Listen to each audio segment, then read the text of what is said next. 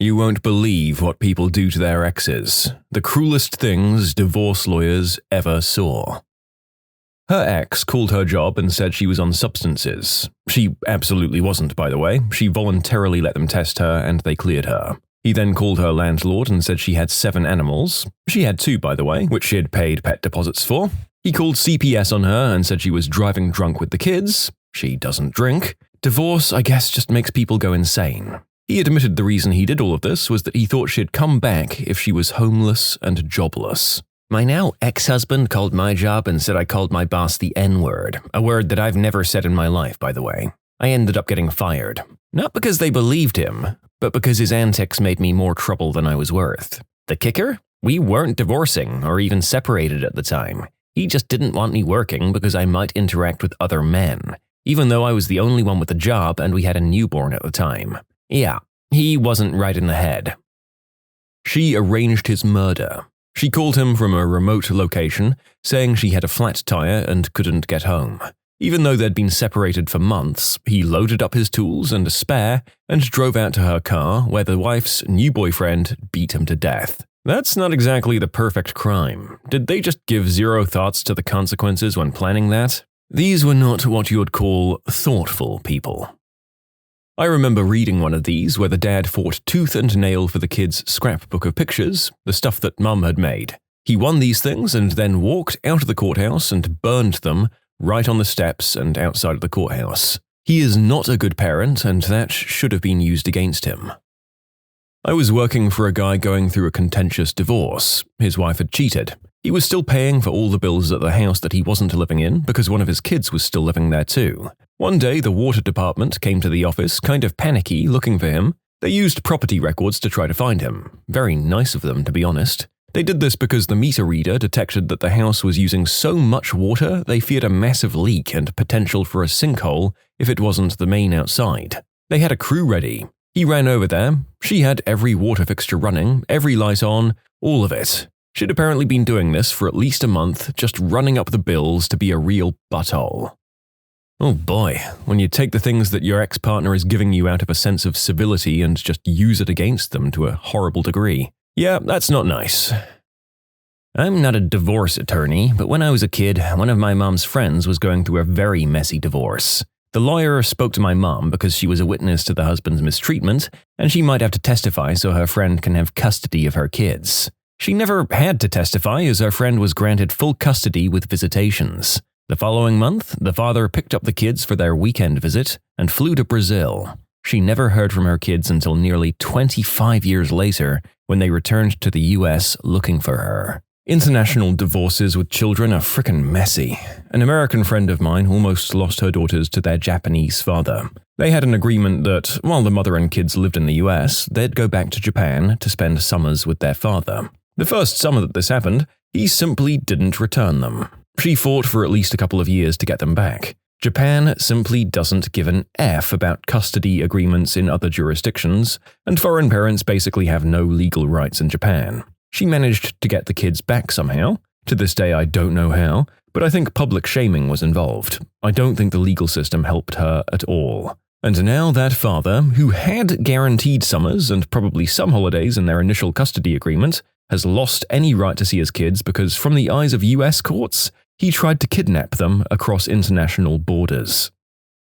My brother moved his wife and 3 kids out of province to a place neither of them knew anyone. Within 8 months, he left his wife of 21 years with 3 kids, 2 of them disabled, as in they'll need to be taken care of for life. He left all of this for his co-worker. Announced this at his youngest daughter's 13th birthday party. 4 months later, they sold their house from under his wife without telling her, leaving her and 3 kids homeless. My parents stepped in and bought her a house in her family's hometown. My brother then put everything in his new girlfriend's name, quit his job to be self-employed, claimed he was losing money so that he never had to assist with a penny of child support. Basically, he's a piece of crap. So my parents also cut him out of the will. They gave him $1 and directed his share to trust funds for the 3 kids. Love them for that. Damn, the worst thing I did was use the gas rewards on my ex-husband's grocery store club card. Oh my god, you probably cheated him out of entire dollars. Maybe 10 of them. Reading these stories makes me realize how divorce can turn people into complete strangers to themselves. It's terrifying how quickly love can transform into calculated cruelty. The human capacity for vindictiveness during emotional pain really is something else. Death, too. I've seen two families completely and permanently self-destruct when they fought over inheritances. I've also seen one family really come together after an inheritance fight too, so all hope is not lost. That family has an interesting story. The guy had wife and a few kids. The wife dies, he eventually remarries, and they have a few more kids together. One big happy family, all kids treated equally by stepmother, so everything's good there. Cut to 50 years later, and dad dies. The wife inherits everything, normal, and then she dies a few years later. Out of the absolute blue and everyone's shock, she leaves all possessions and money from her and her husband's estate to only her biological children. All of the kids are outraged that she'd spent her life treating everyone equally to then be crappy after death, so that her stepchildren get absolutely nothing from their dad's estate at all. Her kids, luckily, said, "Frick that," and split everything evenly with all of them. F you, Betty. The worst I've ever heard was a Reddit post like 10 years ago. Guy and his wife were fighting over custody of his beloved German Shepherd that he had brought to the marriage. She fought and fought in court to get the dog. They ultimately decided to split custody, but she got the dog first since he was still settling in his new place. When it was his turn, he went to get the dog and she handed him a box. She had the dog put to sleep and cremated. That stayed with me for over a decade. Honestly, this should be a crime. Unless a vet can testify that putting down the animal was best for it, if you do that, you should go straight to jail. You've hurt someone beyond compare and murdered a perfectly healthy animal. When I was in med school, I was admitting this one patient to the hospital and asking if his code status was current. He was listed as do not resuscitate, which he didn't know about, because the last time he was in hospital he was unconscious and his wife, now ex, was acting as his medical proxy. Guess they were having issues at that time. I want to make it very clear that medically, do not resuscitate doesn't equate to do not treat. We still treat patients to our best ability. Your code status is only in relation to what we do if you die. And oftentimes, especially for really sick people despite our best efforts, most people don't come back, and those that do often have deficits. Was it crappy that the ex-wife made a decision obviously against what the patient wanted? Yes. But she wasn't preventing anyone from providing him with medical care while alive. They owned a restaurant together for years and paid themselves a salary to run it, so taxes would get taken out and all of that. He did the books and didn't pay Social Security for her once. When they got divorced at retirement age, she found out she didn't pay for Social Security. Thank God she had some proof of what he did, and she got half of his SS payments until they both died 25 years later within 6 months of each other. Friend's soon-to-be ex-wife moved into the condos overlooking the golf course he played on every Sunday. Proceeded to sit on the balcony with her new boyfriend, drinking coffee and watching him play each week, just to throw off his game. You see, this is the kind of petty hijinks I was hoping to find coming here. Like, the funny sort of petty and spiteful. Imagine my shock when one of the first stories I read was that first murder one. Brutal stuff. There's likely a lot more cruelty to come. I was friends with two brothers whose parents went through a terrible divorce. Their mother was, frankly, bat-crap crazy. So was their father, but he was smart, rich, and bat-crap crazy. He decided that while he was willing to support his two sons, he didn't want to give his soon-to-be ex-wife one single dime. So he tied up the divorce in court for years until she ran out of money, and because he was well connected in the town that they lived in, he brought up false charges against her, which culminated in a media circus, painting her as a monster. While she was nutty, she definitely wasn't a monster and would never hurt her children. But the public had judged and she was persona non grata pretty much everywhere in town. The story is longer, more horrible, and much more complicated, but the bottom line is the father used his money and his power to destroy their mother, and faced almost zero consequences in doing so. Ultimately, because their father wanted to marry his 19-year-old mistress, he was 45 at the time by the way, he eventually let the divorce be completed.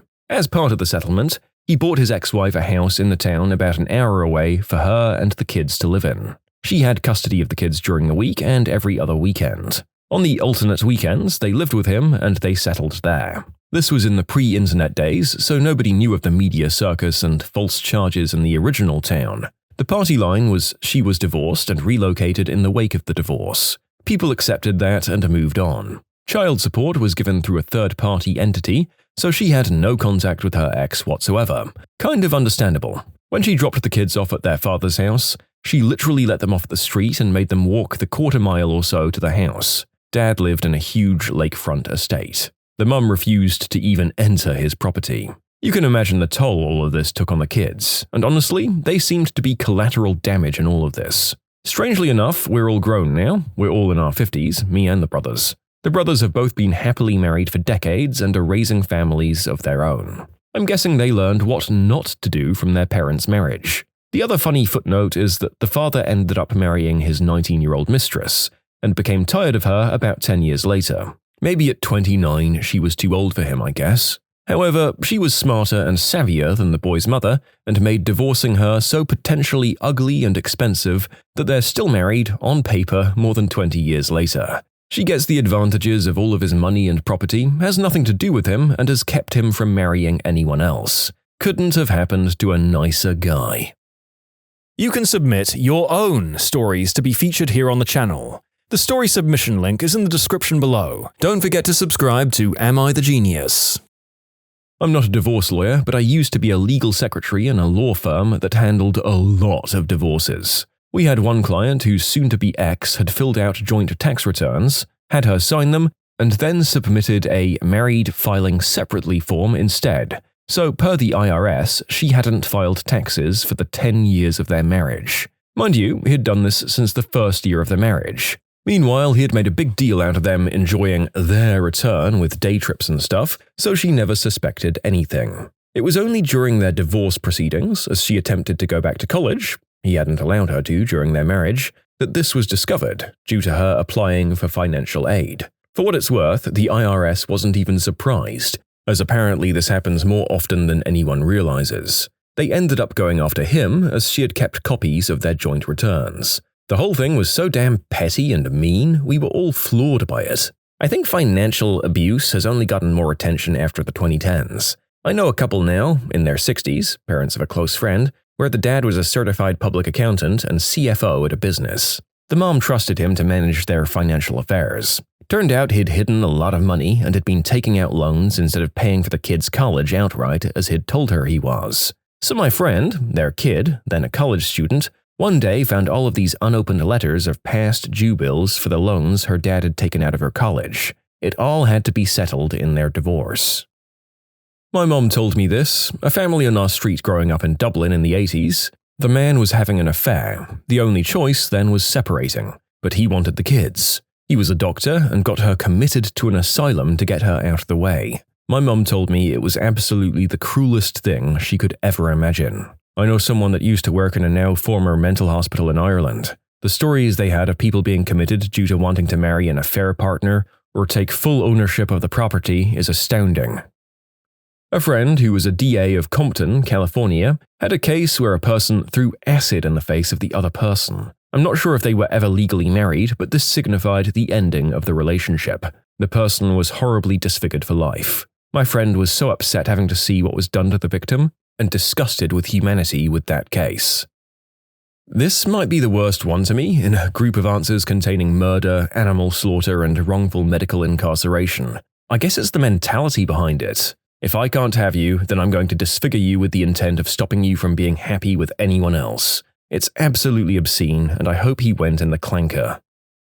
Well, mine seemed trivial after reading the other stories here, but they sure felt cruel to me at the time, so here you go. My ex and I used to do custody exchanges in a parking lot halfway between our homes. One day, early in the divorce proceedings, my 3-year-old accidentally locked my van doors before getting in her dad's car, so I got locked out. My ex did have a spare key on him, but instead of unlocking my car, he said, "You reap what you sow, I guess," and drove off with the kids, leaving me stranded. It was 96 degrees and the nearest store was closed. If I hadn't had my phone in my pocket, I would have been screwed. I had to call the police to come and unlock my car, and they almost refused because the title was in my ex's name. Thankfully, I had a copy of the court order on my phone saying that I had use of the vehicle. My poor kids spent the whole day with their dad worried that I was still sitting in the hot parking lot, because he told them I had no way to get home. Later in the divorce, when he was trying to prove that I was unstable and an unfit mother, he found one of my old journals. I'd left with only what I could fit in my van, so most of my things were still in his house. He entered this journal as evidence in court, so I had to listen to them read all of my depressed 17-year-old thoughts and feelings in court, in front of both my family and his family. Ultimately, the judge and other court officials agreed that a 20-year-old journal had absolutely no bearing on my parenting abilities or current mental state, but the whole point of the thing was the cruelty, and in that he succeeded. The guardian ad litem, who had to go through the whole thing because it was entered as evidence, said she felt dirty reading it because it was such an unnecessary violation. I am so glad that I'm not his wife anymore. With all of the darkness in this thread, here's something a little lighter. Back in the 80s, you paid a lot for long distance and could call a number just to get to the correct time. A woman sharing an apartment in the US with her boyfriend got a call from him when he was on a trip. He told her to move out because he had a new girlfriend. He gets home a week later and the phone is off the hook. He picks it up and it's the number of where you get the time, except it was the number in London for this service. International charges for a 1-week-long call. I am a family law lawyer for over 29 years. 2 murders, 5 self-deletions, lots and lots of financial crimes, using the children to bully your ex-spouse. I've seen it all. The murders were obviously the worst. In one of them, the paternal grandparents called the office and wanted a stipulation immediately that they would take the kids to Disney World the next day. It was about 4 p.m. I had my paralegal tell them no because I wasn't going to do something like that at 4 p.m. and it made the hair on my neck stand up. Left a message for my client. Next day, police were at my office about noon. He had killed her the day before, buried her alive, and he and his parents had disappeared. They found him, and all of them were charged with murder. Father is still in prison, and the grandparents did some time too. They had the gall to try and get custody of the kids. The other one was a guy who burned the house down the day the decree was signed. My client got out, but all of it was a total loss. He's still in prison. I now represent victims of domestic mistreatment in family law cases. People are vicious and wild. I'm divorced, and while it would be nice to have a partner, I'm good with being single.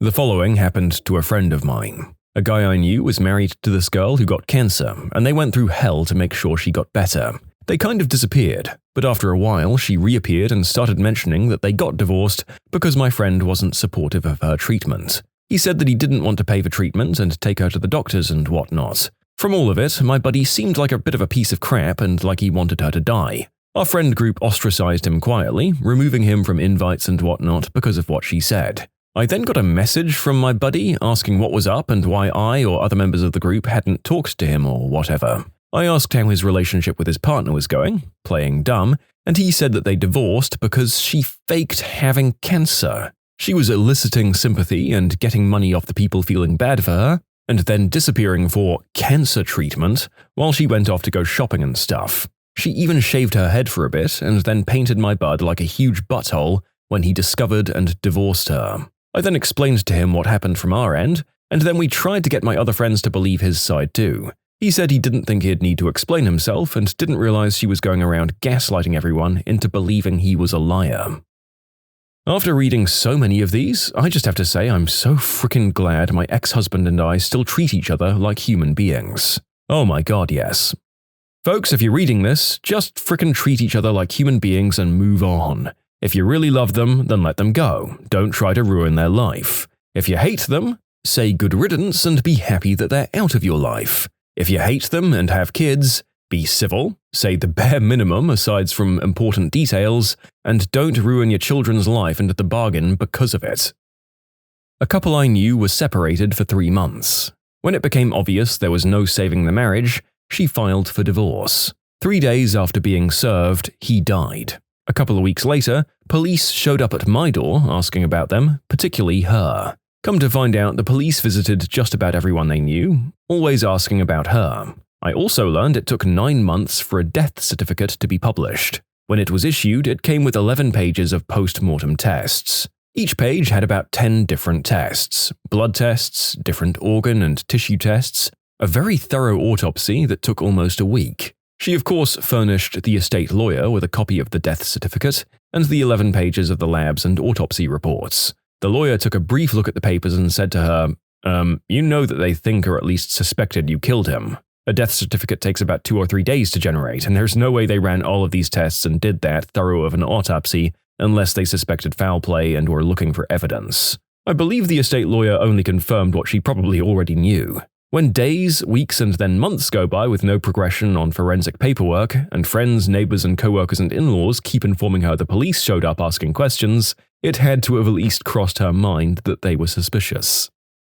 I was a legal assistant. The couple was planning to divorce, so they put their 3 kids in therapy. Dad fell in love with the therapist, and they hooked up. Therapist proceeded to spend the next several months convincing the kids that their mum actually hates them and doesn't want them. Divorce proceeds, and the 3 kids want nothing to do with mum, so Dad gets custody. Years later, the oldest kid wises up to the therapist plot and gets in touch with mum.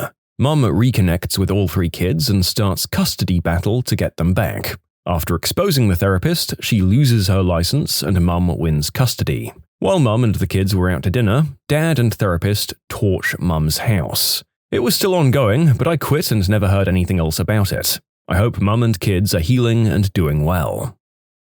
40 years old and thriving. The shocking advice they wish they knew at 20. Don't fall for the trap that your life needs to be one long narrative that you should be building. Life is best when there's a bunch of happy moments that just happen to be connected. Don't try to make your life into a novel, make it into a book of poems. I think Chris Rock said it best. Now, people tell you life is short. No, it's not. Life is long, especially if you make the wrong decisions. The point is, you've got time. Don't burn your life away trying to do it all now. What I also take away from this is that life feels short if you're actually living and having a good time. Conversely, if you're miserable and stuck in life, life feels never-ending and you're only waiting until it gets dark forever. Maintain your friendships. In 20 years, you'll be so grateful for those people who saw you through marriages, children, illnesses, and health. People who'll go for a trip with you, who love your kids and remember you as a young person. Friends are essential, but they require work. Don't be alone just because you don't want to be the person who reaches out to others. I'm 46, and here's what I know. Money is important, but it's not the be-all, end-all. It won't listen to your problems or hug you when you need it. Watch your weight, your blood pressure, and don't smoke. 75% of my patients that have the most serious diagnoses have at least one of these factors. Comparison will rob you of joy. Be happy for people, but don't feel you need to be like them. Let go of the little things, because stress will kill you. Chase your dreams. Life goes by so fast. You don't want to be 80 years old and regretting not traveling or pursuing your passion. You can't change someone. Whether a friend or partner, their faults won't get better and you can't rescue them. Don't waste your life on toxic people. And make a point of performing kind acts for others. It will greatly enrich your life. Now, go get your life. It's never too late to start again. All in my 20s, I thought I couldn't just restart my career or dump a useless boyfriend or go back to school because I was already on a certain trajectory. I've made my choices and now I've got to make the best of that. It's total bullcrap, actually. You have no idea how incredibly young you are and how much time you have to do whatever you want to do. When I finally figured it out, I found the man of my dreams, I had a kid in my late 30s, dropped my entire career in my late 40s and started a new one at 50, and it's awesome. And if you're sad or upset or frustrated with life, that's okay too. You have time and it will pass. You have no idea what comes next and you have so much time to explore. I'm still figuring things out. That's good advice. I'm 40 and I've reset twice. Starting something new can be scary, but very rewarding. I left a job last year for a different company and I'm so glad that I did. I took a pay cut for a quality of life improvement and I've been much happier and my stress levels are pretty much non-existent.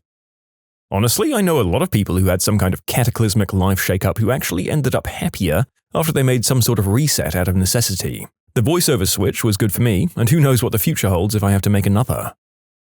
Relax more. Don't get angry over little things. While others talk about material things or experiences, the real lesson is to accept that things won't always go the way you want them to, and that's okay. You didn't marry your perfect spouse? That person doesn't exist. Align your expectations to reality and appreciate those who love you for who they are. Or find new people. You didn't buy the perfect car? Oh well, it still gets you where you're going. Define your criteria for the next one and work towards it. You didn't get the perfect house? Probably not, but it's yours and you can fix it. Didn't get that promotion? don't be so sure it would have worked out the way you think it would have. Vacation wasn't perfect? Are you sure about that, or were your expectations too high? The point is, relax, enjoy the ride, work to your goals, but remember that none of it matters if you can't enjoy it along the way. I was a raging alcoholic in my 20s, and I thought I'd never recover from it. I never found a real job using my first degree or my master's. Part of it was because I was always drunk, and part of it was the job market at the time. I went back to school in my 30s, and I found something that I like a whole lot more. Now I'm married, nearly 10 years sober, and I have a great job. My point is, if you end up on the wrong path or don't like where you are, there's always time to turn around and change it. Too many people just assume that they're stuck where they are and stuck with the issues they have. When I was 22, an older gentleman asked me how old I was and then told me, "Username Chad303, when you're twice that age, you'll be twice the man you are today." I almost considered it an insult in that moment, but time has actually proven him correct. Here I am, twice that age, and in my humble estimation, twice the man I was back then. I believe this chiefly because I've learned that kindness is not a weakness, humility serves you better than pride, and cruelty is a fool's game. You could also exercise so you're not also physically twice the man you were. Never rely on your kids to make you happy. They will have to move on with their lives. Plan accordingly.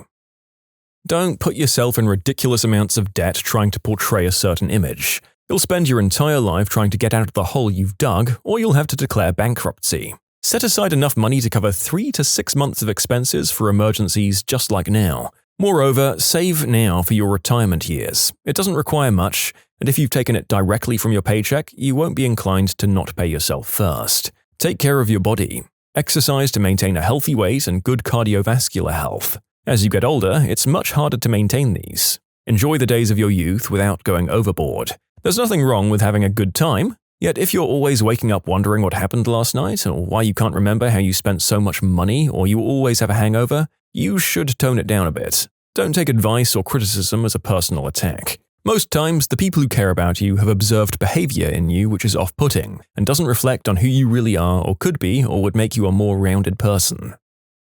Get a regular exercise routine going and stick to it like your quality of life depends on it, because, spoiler alert, it does. I exercised a lot in my early 20s, and then I stopped. After having a kid while I was in my 30s, I was trying to get back into shape and doing a lot of weightlifting. I can't believe I stopped for so many years. You should find an exercise that you like. I hated treadmills and bikes, but I love my rowing machine because I can watch TV. I didn't really like home gyms, but I'm enjoying doing an entire routine with a barbell. It's way easier to keep up exercising if you find something you enjoy, or at least don't hate. I also used a one-on-one trainer until quarantine started, who pushed me and kept me motivated. It was expensive, but it was totally worth it for me at least. Start saving now for your retirement. Avoid debt, floss daily, and exercise daily. The biggest regret my dad has was not starting some sort of savings for retirement when he was in his 20s. He didn't start putting money into his 401k until he was 30 or so. If you don't have access to a 401k, look into getting an IRA or something you can just chip something into every week or month. Get into the habit of paying yourself first. I did all of that through my 20s and I didn't miss one dime of the money. It gave me a great jump on saving for retirement and a down payment on a house.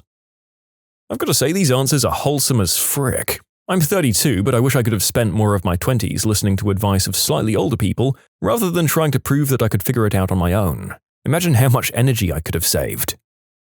It's not a race, guys. Stop comparing yourself to others. Just because they did things sooner than you, it doesn't mean that they're happier or better.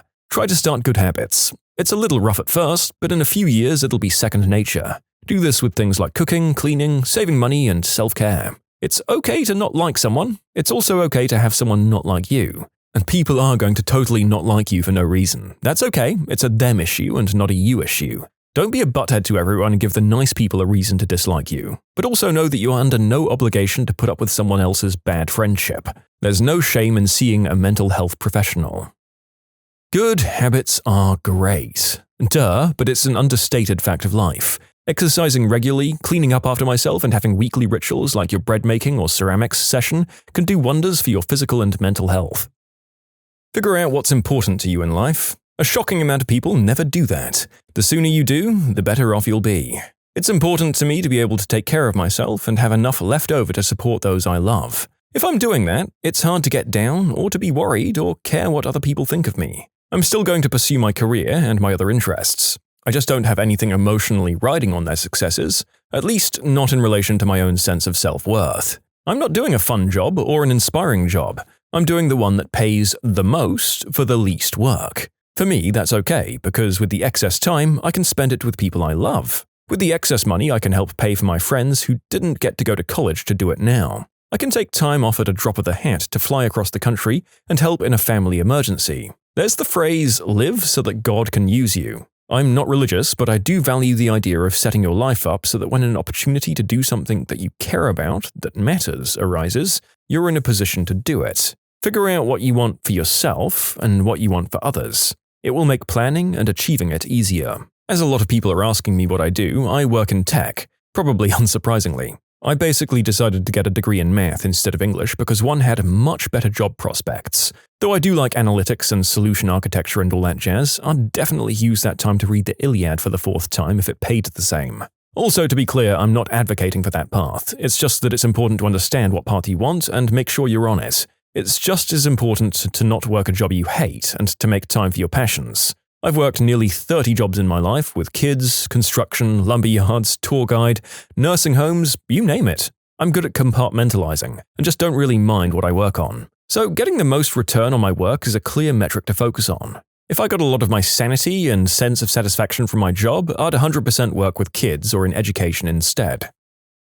You can submit your own stories to be featured here on the channel. The story submission link is in the description below. Don't forget to subscribe to Am I the Genius? Guys, you're never too old or too deep into something to just start over. If you aren't happy, do something else. I've read about people taking up marathons at 50. For me, every day is potential for a new start. You don't like how it felt yesterday? Then I guess I'm doing something different today. I'm 50 now. So much left to do and so much time to do it in. I'm 40 and this is my input. First, everyone's focused on themselves to care too much about their opinion of you, so frick what they think. 2, social media is only an illusion. And 3, zero debt is an amazing feeling. Think twice before dropping that down payment on that fully loaded 2020 Dream mobile that offers nothing but looks and depreciates in value very quickly. 4, falling out of love is perhaps more powerful than falling in love. 5, use up all of your vacation time and sick time at work. 6, don't lose sight of the hobbies you enjoyed as a child. They'll help you live as you grow older. 7, family is not necessarily blood, but instead who you're to bleed for. 8, there's just as much benefits to being a night owl as there are to being an early bird. 9, forgive yourself first before forgiving others. And 10, don't be a doormat in submission, but hold the door open in kindness. Go have the adventure of a lifetime, don't put it off. Make plans for your money. Stay out of debt. You don't need that new car or watch or handbag. Material items aren't worth your sanity. Have a 3 to 6 month emergency fund. Don't waste time on anyone who disrespects you. Have a backbone, but don't be rude. Not everybody needs your reaction. Find somebody you can spend endless time with. Talk about ideas, not people. Above all, frick what anyone thinks. I'll be 41 this year, by the way. I'm just realizing this at 25 years old. I'm writing during the pandemic, and many toxic people are sitting at home stewing in their own thoughts. My family tried starting drama with me this past weekend over trivial things, and at this point, I told them they could all mind their own business. I don't need that kind of negativity or stress in my life anymore. Calm the F down. Seriously, I panicked all the way through my 20s. When crap goes wrong, stay calm and think logically. Act like the person you want to be. If you aren't sure you want kids, make sure you are sure before you have them. I dodged a couple of bullets over the years and don't have any kids. I see and hear all the crap the other people have to go through, and I don't think I could handle that level of stress in my life. I'm very glad to be childless. Of course, some people love kids and should have lots of them. That's just not me, and it might not be you either. I'm 40 years old and I have 3 pieces of advice for anyone in their 20s. First, accept that perfection doesn't exist. Your relationships will have problems, your car will break down, and somebody else will always have a better phone, a newer car, or a bigger house than you, no matter where on the social ladder you stand. Constantly chasing perfection will keep you perma-stressed. That doesn't mean you shouldn't try to better your life, just know that if you expect perfection, you'll never be satisfied. Second, pay attention to your diet and health. I've been working out at least 4 times per week since my mid-20s. I'm fitter, healthier, and I look younger than almost everyone else my age. And 3, don't stop doing the things you love. Even though I have a wife, kids, and a job, I still make time to play video games, draw, write stories, read comics, play basketball, and listen to music. There's no reason to become a miserable old jerk. So quite a few people have asked how I find time to fit in all of these hobbies.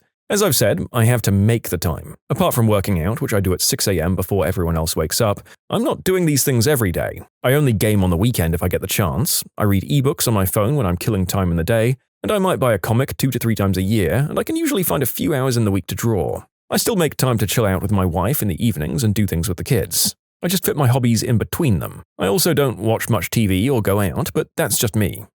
Yeah, I too have a lot of hobbies, and even without a kid in the picture, it can feel very difficult to make time for them. But you get them in drips and drabs, and when you do, they feel all the more fulfilling. People ask how I do them all the time, amidst a busy working life, and the answer is really just effort and prioritization.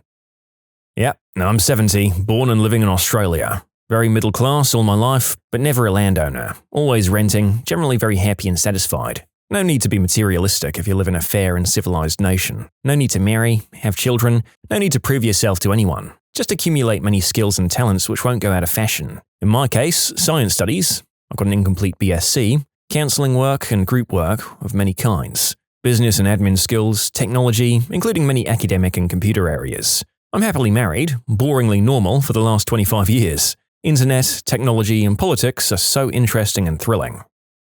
Wear sunscreen. If I could offer you only one tip for the future, sunscreen would be it. The long-term benefits of sunscreen have been proved by scientists, whereas the rest of my advice has no basis more reliable than my own meandering experience. So I'll dispense this advice now. Enjoy the power and beauty of your youth. Oh, never mind. You'll not understand the power and beauty of your youth until they're faded. But trust me, in 20 years you'll look back at photos of yourself and recall in a way you can't grasp now how much possibility lay before you and how fabulous you really looked. You're not as fat as you imagine. Don't worry about the future. Or worry, but know that worrying is as effective as trying to solve an algebra equation by chewing bubblegum. The real troubles in your life are apt to be the things that never crossed your mind.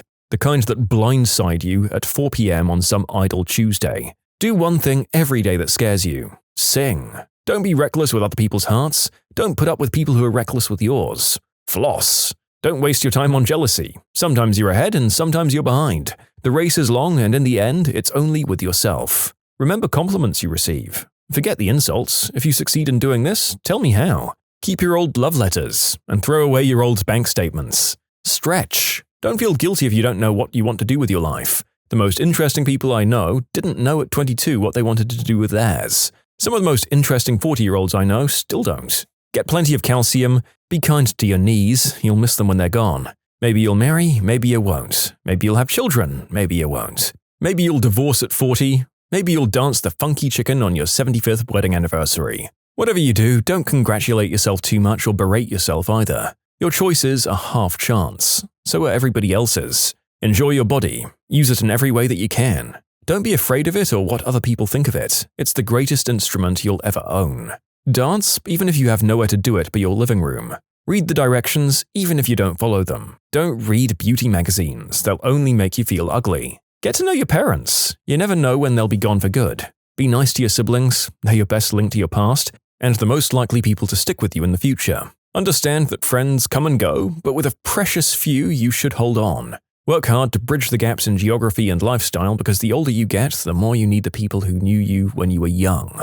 Live in New York City once, but leave before it makes your life too hard. Live in Northern California once, but leave before it makes you soft. Travel. Accept certain inalienable truths. Prices will rise, politicians will philander, you too will get old. And when you do, you'll fantasize that when you were young, prices were reasonable, politicians were noble, and children respected their elders. Respect your elders. Don't expect anyone else to support you. Maybe you have a trust fund, maybe you'll have a wealthy spouse, but you never know when either one might run out. Don't mess too much with your hair, or by the time you're 40, it will look 85. Be careful whose advice you buy, but be patient with those who supply it. Advice is a form of nostalgia. Dispensing it is a way of fishing the past from the disposal, wiping it off, painting over the ugly parts, and recycling it for more than it's worth. But trust me on the sunscreen.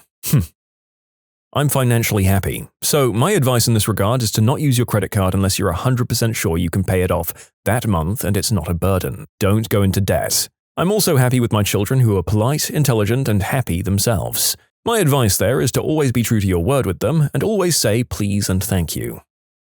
Not going into debt is probably the one we've had repeated the most, right? You heard it here first, folks. Well, actually, you almost certainly didn't, but you heard it here most, folks. Go to therapy. Figure out what your insecurities are, why you have them, and how to deal with that so they don't define the rest of your life. Talk about your issues from childhood and your teens. Yep, everyone has issues, even in their 20s. If you don't do it now, you'll make decisions based on or driven by those issues, and that will put you on a path you might not like. Experiences over material items. You're not going to remember that pair of shoes or that expensive item, or if you do, the memory won't compare to that awesome adventure that you went on or that great night out. Wear a frickin' rubber. Fail to plan, plan to fail. First, identify your goals and values. Don't confuse a step towards your goal or job for the goal. Peace of mind or happiness, for example. 2. Don't fight reality. Reality is all there is. Don't waste time wishing it were different. Don't invent things that aren't true. Reality is enough just as it is. And 3. Make choices based on your new framework, your goals and reality. Small daily choices are really important.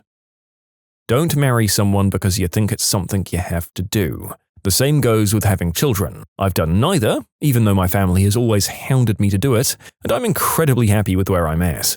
I can't think of how miserable I'd be making commitments like those just to make others happy. Put yourself first, people. If you haven't started some investment for the future, now is the time. Get out of that creepy cult while you're young. Live your life free of your parents' cult. I was raised by Mormons, in case you're wondering. Modern or prehistoric? You won't believe how old this really is. The first carbonated drink to be sold to the public was invented by Swiss watchmaker and amateur scientist J.J. Schwepp in 1783, who sold his delicious, sparkling water to thirsty customers in Geneva. In just 7 years, he was doing business so fast that he moved the factory to London and introduced a new flavor, sparkling lemon, to stand out from competitors who were trying to imitate his drink. Another related fun fact, seltzer and spa are where bubbly water comes from. Prior to industrialization, the only way to get bubbly water was to get it from carbonated springs, 2 of the biggest of which were in Niederselter and Spa, among others. The auxiliary connector that we still use for headphones and speakers was invented in 1877. There have been improvements since, but the basics of it are pretty much the same.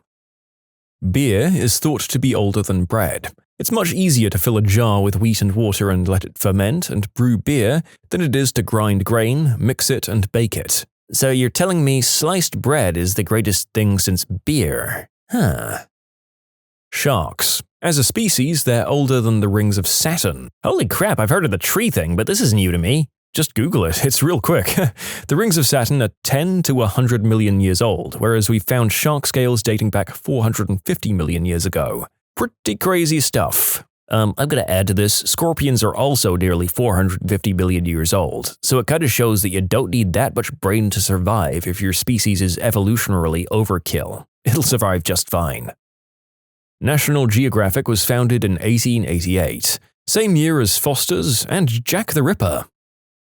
I was really surprised to discover when Oxford University was founded. They don't know the year for sure, but they know there was definitely teaching going on there in 1096. It's not even the world's oldest university, either. Escalators have been around since 1859, though they were called rotating stairs. And yet the state of Wyoming still only has 2 of them. Granted, it's not like Wyoming has enough people to really need any more. Wristwatches. Queen Elizabeth I got one in 1571.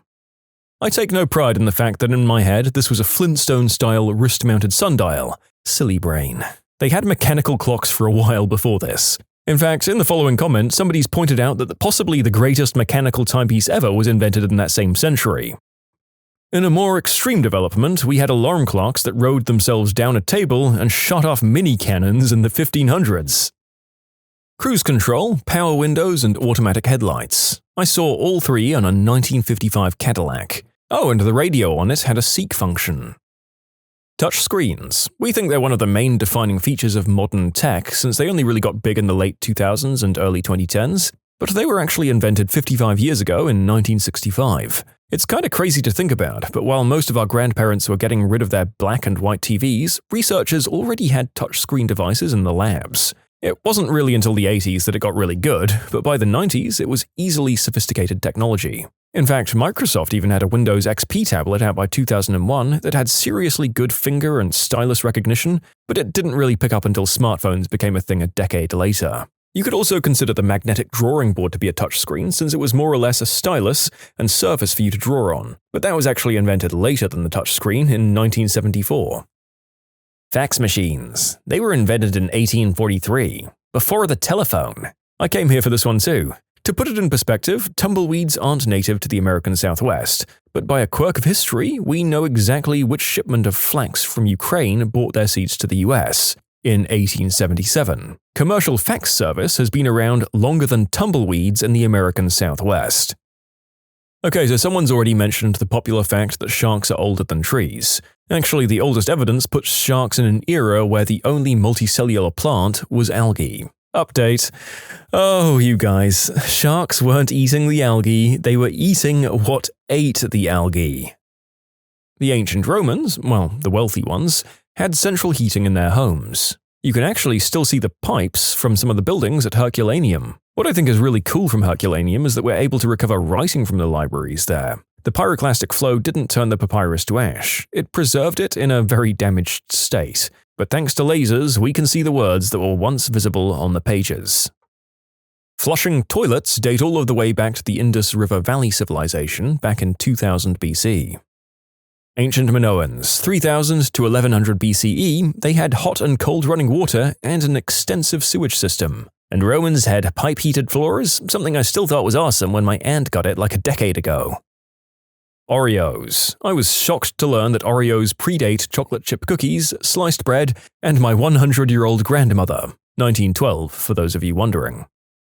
The sentiment that modern society is degenerate and that the youth are to blame is, if I recall correctly, one of the oldest things we have written down. That I can remember off the top of my head, Cato the Elder complained that the younger generations were becoming too Greek, and Socrates used to complain that the younger generations were ruining their brains by writing instead of memorizing information. There are far more older examples, but these are the eldest that I can remember. Maybe Socrates was onto something.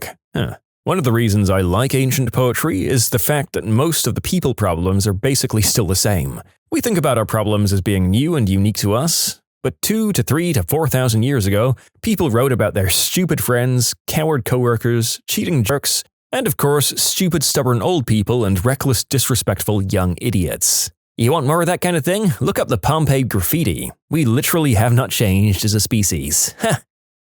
Brain surgery. In 1977, archaeologists discovered an ancient tomb in the French village of Ensisheim from 5000 BC, which contained the decomposing body of a 50-year-old man with holes in his skull. After a thorough examination, it was determined that the holes were located near the frontal lobe, were caused by a type of surgery, not by forced trauma, and the operation appears to have been successful because the wounds healed before the patient's death. To this day, however, researchers can't for sure say what exactly the surgery was trying to fix. This might have been trepanation, the deliberate practice of drilling a hole into the skull for medical reasons, like headaches, epilepsy, head trauma, mental disorders, and letting out evil spirits. You know, the usual reasons. Light. It might only take 8 minutes for light to travel to Earth from surface of the Sun, but the light bounces around inside the Sun for over 10,000 years before it reaches the surface. The name Tiffany. It dates back to the 12th century and has actually led to a thing in writing called the Tiffany problem. Because you can have a well-researched historical novel, and people just don't buy into it because you named your 12th century peasant Tiffany. It just sounds laughably anachronistic. The Tiffany problem makes me think of Shakespeare's The Merchant of Venice and the name Jessica. He wanted the love interest, who was Jewish, to have a super exotic name, so he invented the name Jessica. The name has become so common since then that it's literally lost its effect. Shakespeare also randomly invented the word gossip, because he needed to define a bunch of wives in the town talking crap and spreading rumors. And now it's part of the common English language. Astronomer here.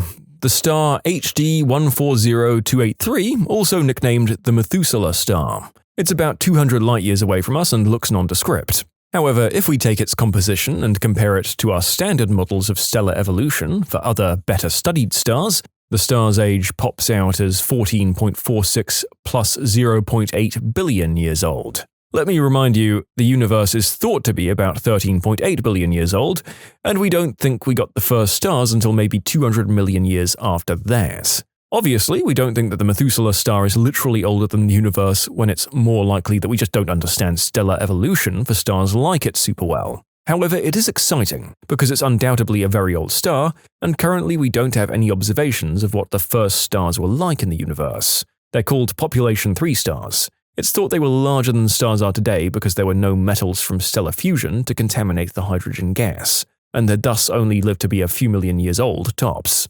As such, it's very interesting to have a very old star relatively next door to us in the Milky Way. It'll be really interesting in the coming years if other very early stars are finally observed to figure out how old they are and how they compare to this one. Paul Rudd. Nintendo. This company was actually created in 1889. I don't know if this counts, but dinosaurs lived on the Earth a lot longer than most people think. Dinosaurs, like the Stegosaurus, were as far apart in time from the T-Rex as the T-Rex is from our time. When you think of dinosaurs, you think of their extinction, but they roamed the Earth for 165 million years. Compare that to our 6 million and it's almost mind-boggling, at least in my opinion. The modern form of humans is 200,000 years old, but if we include our humanoid ancestors, we've been here 6 million years.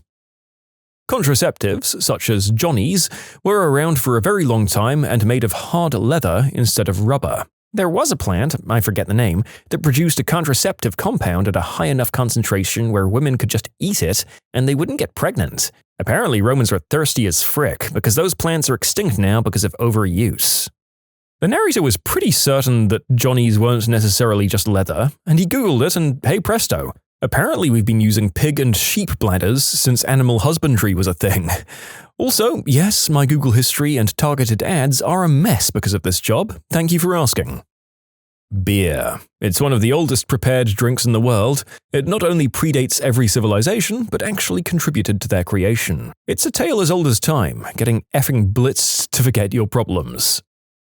Trees. There are a lot of trees way older than you'd expect. The oldest tree recorded on this planet is Methuselah, which is about 4,000 years old, but I'm pretty sure there are older ones out there that we aren't aware of. Okay, update after a quick bit of research, I found out that there's an older one discovered in Inyo National Forest that's about 5,000 years old. We'll probably keep finding older ones in the coming years. We are farther away from the release date of the first Back to the Future movie than Marty was from 1955. You can submit your own stories to be featured here on the channel. The story submission link is in the description below. Don't forget to subscribe to Am I the Genius? Social media. Wealthy ancient Romans had a system where they used slaves as scribes and messengers in order to share gossip and art and poetry and news updates with their friends in their social circle. If that doesn't count as social media, then in the late 1800s, all telephone operators for trains were connected to each other by telephone, and if there were no trains coming, they could talk to each other as much as they wanted. Some people even fell in love with the operator on the other side of the phone and arranged for actual weddings across the other side of the country. Some, of course, had virtual weddings, but I'm not even sure how that would work in that time. A lot of modern conventions and tech are older than we think. Stonehenge. It predates the oldest pyramid in Egypt by nearly 300 years. Google, Reddit, YouTube. It's hard to imagine that they've already been around for 20 years, with Google actually being around 25 years old. An entire generation has now grown up that can't remember that it wasn't always there. As someone that was in high school when the internet hit the mainstream, it boggles my mind that pretty much anyone younger than me has no concept of life without the answer to any question imaginable being at your fingertips, hindered only by your patience to sift through the results. Ancient Egyptians who built the pyramids. The ancient Egyptians were as old to the ancient Romans as the ancient Romans are to us. Yep, Cleopatra is chronologically closer to us than she is to when the pyramids were built. Netflix. I feel like it's only a few years old, but it was invented in 1997. Anyone else remember getting DVDs by mail? Contact lenses. Leonardo da Vinci had the idea of contact lenses in 1508, and the first successful contact lenses were made in 1888. They were made of glass and incredibly uncomfortable. Honestly though, that you can set a piece of plastic on your eyeball that magically corrects your vision still astounds me. The use of concrete. Its use goes as far back as the Mayans, but more notably in Egyptian construction as well as in Rome. The Romans had an arguably greater concrete mix than we currently have, but that was never passed down. Eventually, the use of concrete fell out of popularity for centuries as we seemingly lost the information needed to create it, as if the recipe was thrown out and nobody wrote it down. Roman concrete is not only more eco-friendly, but with the world's supply of silica sand running dry at an alarming rate, with some countries like Vietnam at risk of running out of sand as soon as 2022, there's a need to find an alternative method. The Romans created concrete after possibly seeing the natural results through something called tuff rocks. This is the combo of volcanic ash, lime, and seawater. Because of the addition of seawater to the mix, two very rare minerals, aluminous tobamite and philipsite, grew within the concrete. These minerals actually make the concrete mix stronger over time when exposed to seawater, which is in direct opposition to what happens to Portland concrete or basically any modern-day concrete, which erodes when exposed to seawater. We still don't know the recipe needed to make the concrete the ancient Romans made, but we can try to make it through reverse engineering and many countless experiments. Today, scientists are not only looking into this, but also an alternative to modern-day concrete, because of that diminishing presence of silica sand around the world and the carbon offset created when making it while trying to quench the high demand for concrete globally. Also, Samuel L. Jackson. The man is 71 years old, but he looks like he hasn't aged in decades. Oxford University. It's older than the Aztec Empire. Also, the Aztec Empire is much more recent than most people think. Humans with our intelligence and empathy and rationality. People in the past may have lacked education and our cumulative knowledge, but even cavemen thousands of years ago didn't differ too much from us. The Cave of Forgotten Dreams, a documentary about cave paintings from 30,000 years ago, really drove this home for me. The art there is so expertly rendered it really shows a thinking and curious mind. The food at the back of your cupboard. I've got a bottle of Worcester sauce that expired on the 28th of April 2009 in my fridge. That means that bottle, A, made the trip from New Jersey to Florida with me in 2010, B, is the lone survivor from my bachelor pad fridge from 2012 to 2014, and C, made it into my fridge when my wife and I bought a house in 2014. It's been sitting there ever since. Touchscreens in cars. That's been around since 1986. In my experience, a lot of people I know personally don't realize that music cassettes were invented in the 60s. Cassettes didn't really take off in the States until like the late 70s, but the first albums released on cassettes hit the shelves in 1966. Law. Roman law was so advanced that there are still large chunks of statutes, in civil law countries, taken pretty much directly from the Roman codicil, written 1500 to 2000 years ago. Important maritime laws are adaptations of medieval provisions as well. Lots of business law statutes borrow heavily from Napoleonic laws. In common law countries, you find stuff like the Statute of Marlborough from the 1200s still in effect, along with still relevant case law from the 1700s. European law student here. I'm literally studying Roman law right now for an upcoming exam, and it is an incredibly elaborate and thoughtful system, not to mention incredibly relevant. They are practically the reason why we have the system we have today and why jurisprudence is one of the main pillars of the Western judicial system. The wealthiest of the ancient Minoans had very close to modern-day plumbing. The entire Minoan culture is really fascinating, not to mention their poor choice of clothing. Commercial aircraft. Most are 10 to 15 years old, yet a lot of people think they get replaced like cars. They're still very safe though, despite their age. Well, that doesn't mean the demons in my head will let me feel any more safe or at ease until I'm off that damn flying coffin, does it? It could be a futuristic wondercraft, and part of my brain would still be telling me that we were mere seconds away from plunging to a fiery death.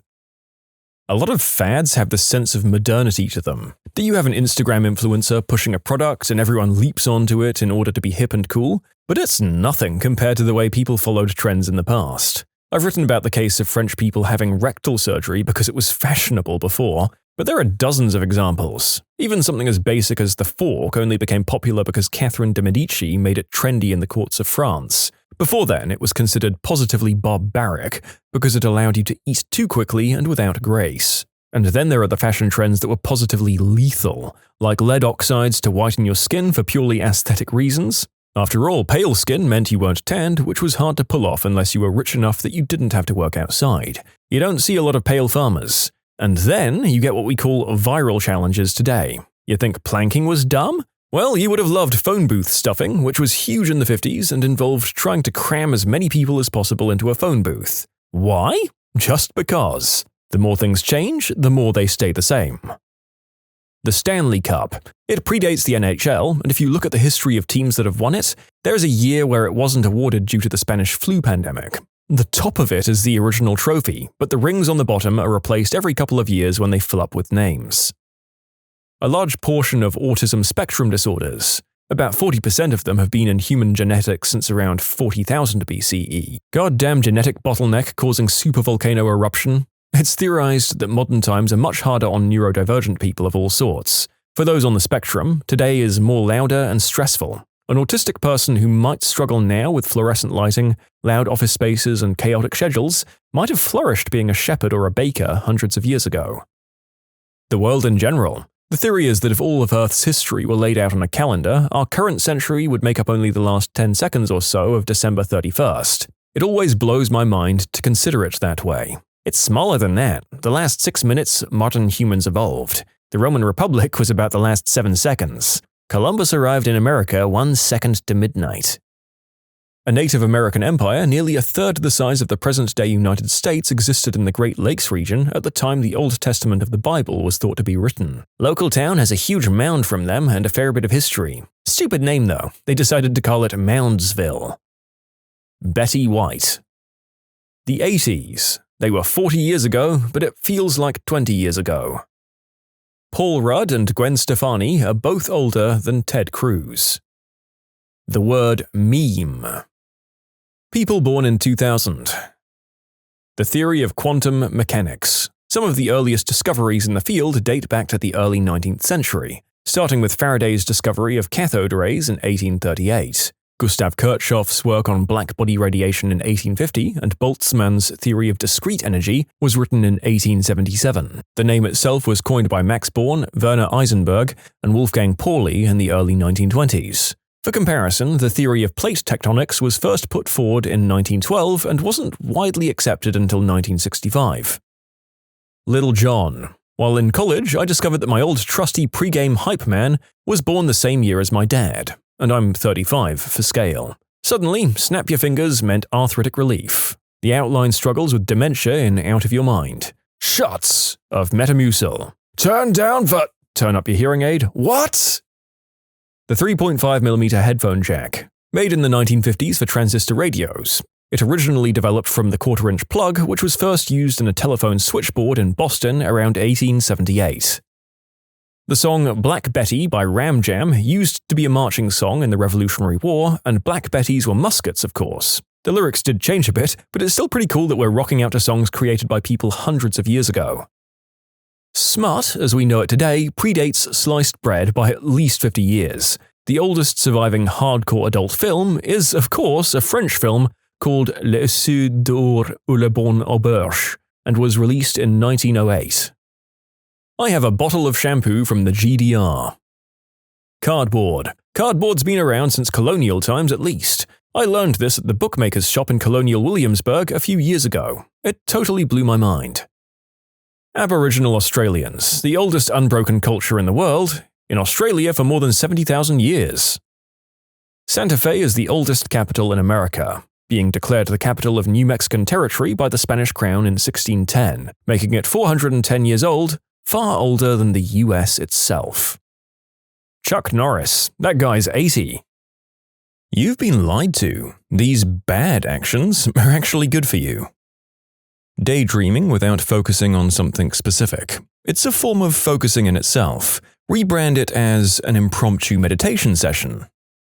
Taking breaks when you feel unproductive is actually healthy, even though many see it as laziness. I wish more people understood this. I surprised a coworker that when I start reading the same sentence of a report over and over again and start to get really frustrated or feel extremely tired and bored, I just take a break. A walk, a run, a little bit of yoga, play fetch with my dogs, or even a nap for 10 to 30 minutes to reset me and get rid of the stuck feeling that I have. Maybe I shouldn't have told them, judging by her reaction. My coworker thought that was blasphemy because I'm wasting company time. But the way I see it is, I can waste company time for 2 hours in front of the computer feeling awful and not doing anything, or I can waste 10 to 30 minutes of time, come back to work, and be 3 times more productive than I would have been had I stayed seated. Frozen vegetables. A lot of veggies are frozen within hours of being picked. This locks in their nutrients and can be a better option than produce that's been in storage for weeks at a time. I don't know, in my opinion, you just can't roast them the same. So the trick is choosing vegetables that you'd only eat boiled and that taste the same if cooked from frozen or from fresh. Peas, green beans, and corn come to mind. I'm sure there's more. Steaming them has worked out great for me. If you let them defrost a day or so before, you usually do okay with roasting them too. Moisture is the big issue here. Leave it to thaw and drain as much as possible, and that should help. Being alone. Some days I prefer it. It's a nice mental health reset for me. If somebody treats me well, I enjoy their company. If someone treats me bad, I enjoy the chance to practice boundaries. If somebody avoids me, I enjoy alone time. So many things to watch, read, or tinker with. I think one that always surprises people is taking naps. A lot of people think naps are lazy or bad for your sleep schedule, but short power naps, like 10 to 30 minutes, can actually improve memory, focus, and mood. It's like a reset button for your brain. I envy people who can nap. It takes a minimum of 30 to 45 minutes for my brain to slow down and allow me to even try to sleep, so naps just don't work for me. I too envy you people who can do this and walk away feeling better. If I fall asleep for half an hour in the day, I have nausea and dizziness for the next while. So it's better for me to tough it out, by which I mean complaining to everyone how tired I am while doing nothing about it. Healthy disagreements. For them to be healthy, both disagreeing parties have to agree that they're healthy disagreements. But onlookers might not know that they're healthy disagreements and think that they're unhealthy. Man, I wish more people understood this. So many people think a minor difference of opinion is a personal attack. Conflict resolution is a skill. Most people learn how to navigate this when watching healthy adults work through their conflicts. If your parents avoid conflict and saved everything for privacy, you might have missed out on good examples of conflict resolution. Pile on top of that authoritarian parents who don't allow for constructive discussions, and you're ill-equipped for adulthood. Changing your mind. Being bored. I used to think boredom was bad, but after therapy I gained the awareness that it triggered some trauma-based anxiety in me. However, those high anxiety moments are when I need stillness the most. I've added intentional mindfulness time through my day, and it's been incredibly helpful to learn how to be bored. The VA offers a free mindfulness coach app for anyone trying to learn how to be bored. Feeling uncomfortable. Not every uneasy or unusual feeling means that you're in a toxic environment. Not every inconvenience or crappy situation is trauma. Quite often, cutting toxicity and keeping your peace in the modern world equals not dealing with or addressing existing issues that you probably should deal with. Exercising vigorously doesn't feel great sometimes, but there's a difference between uncomfortable and injured. And if you just avoid anything that doesn't make you feel good, like you avoid cauliflower and kale because you don't like the taste, or avoid exercise because it makes you tired, or avoid studying because it's boring, you're limiting yourself big time from something better. MSG. They're basically salt. Yep, I've had a PhD biochemistry professor explain it to us once, and I've been using it ever since. I can't pretend to repeat what he said, but if that dude believes it, I'm all ears. MSG is a natural derivative of seaweed. There's an incredibly racist myth around MSG. If you'd like to learn more, it was first described as Chinese restaurant syndrome. It's an umami enhancer. Now, processed, it looks like salt, but bonds with salt to allow you to truly experience the combination of flavors. Kids playing outside with little to no supervision. It helps them to develop critical thinking skills and gumption to solve problems on their own, especially through collaborative play. Key to this is also mandatory garden hose water sucking. They will in fact only get their H2O intake from the garden hose.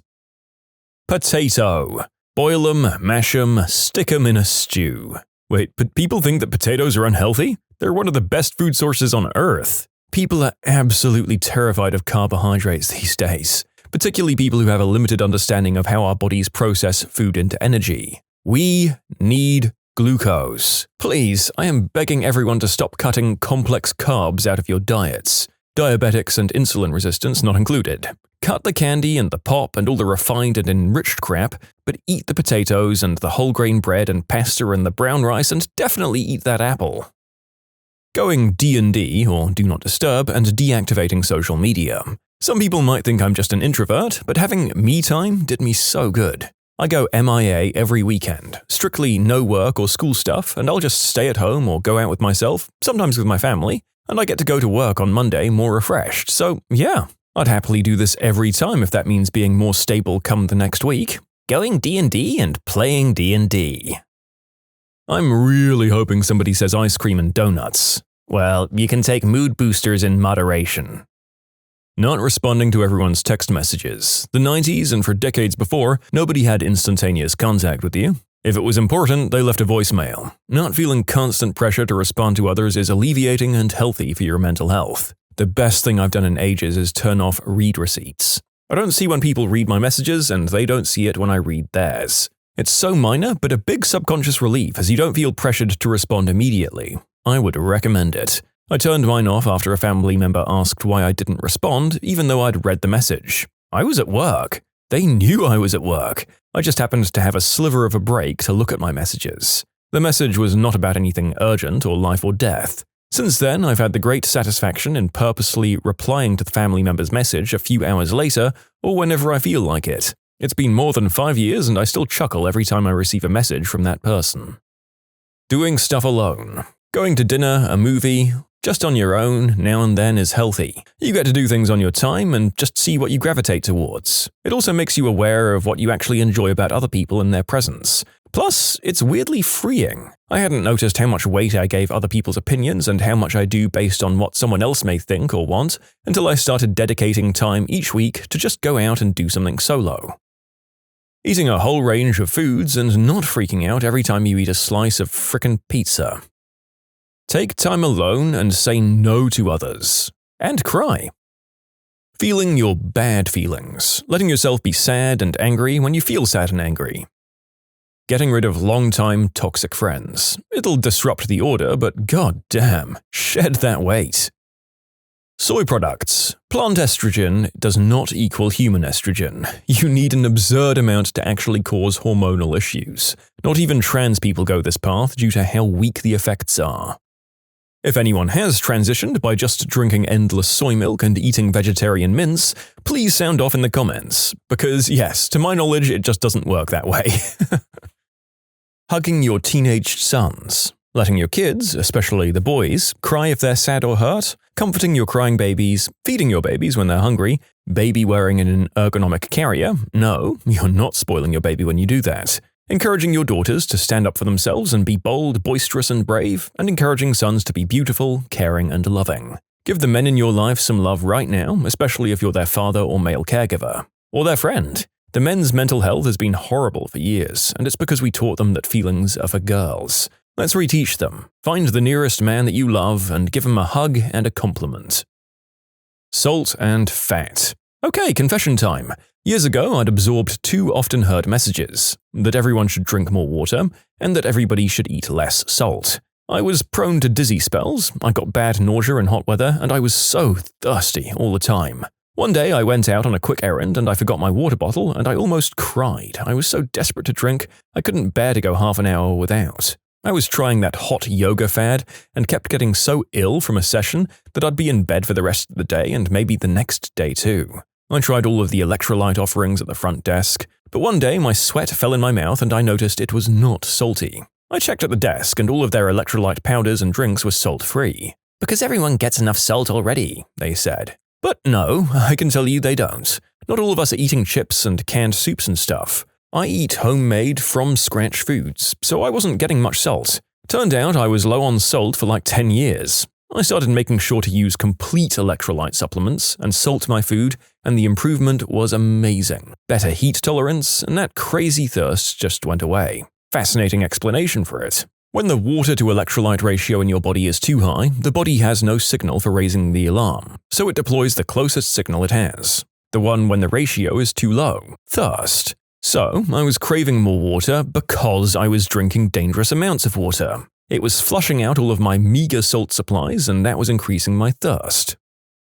Arguing in relationships. I'm not talking about people who argue constantly. Those are people who should probably just call it quits. I'm talking about people who think that arguing in relationships ever is unhealthy. Some arguing is healthy. If you hold everything in, it breeds resentment. We all know that resentment is the death of every relationship. Coffee. Most people think it's unhealthy because they think of sugary Starbucks crap. That's a dessert. Black coffee in moderation is actually great. Studies have shown that moderate black coffee consumption might reduce the risk of heart disease, stroke, and heart failure. It's rich in antioxidants, and it might also improve digestion and promote gut health. Plus, it improves mood and enhances alertness.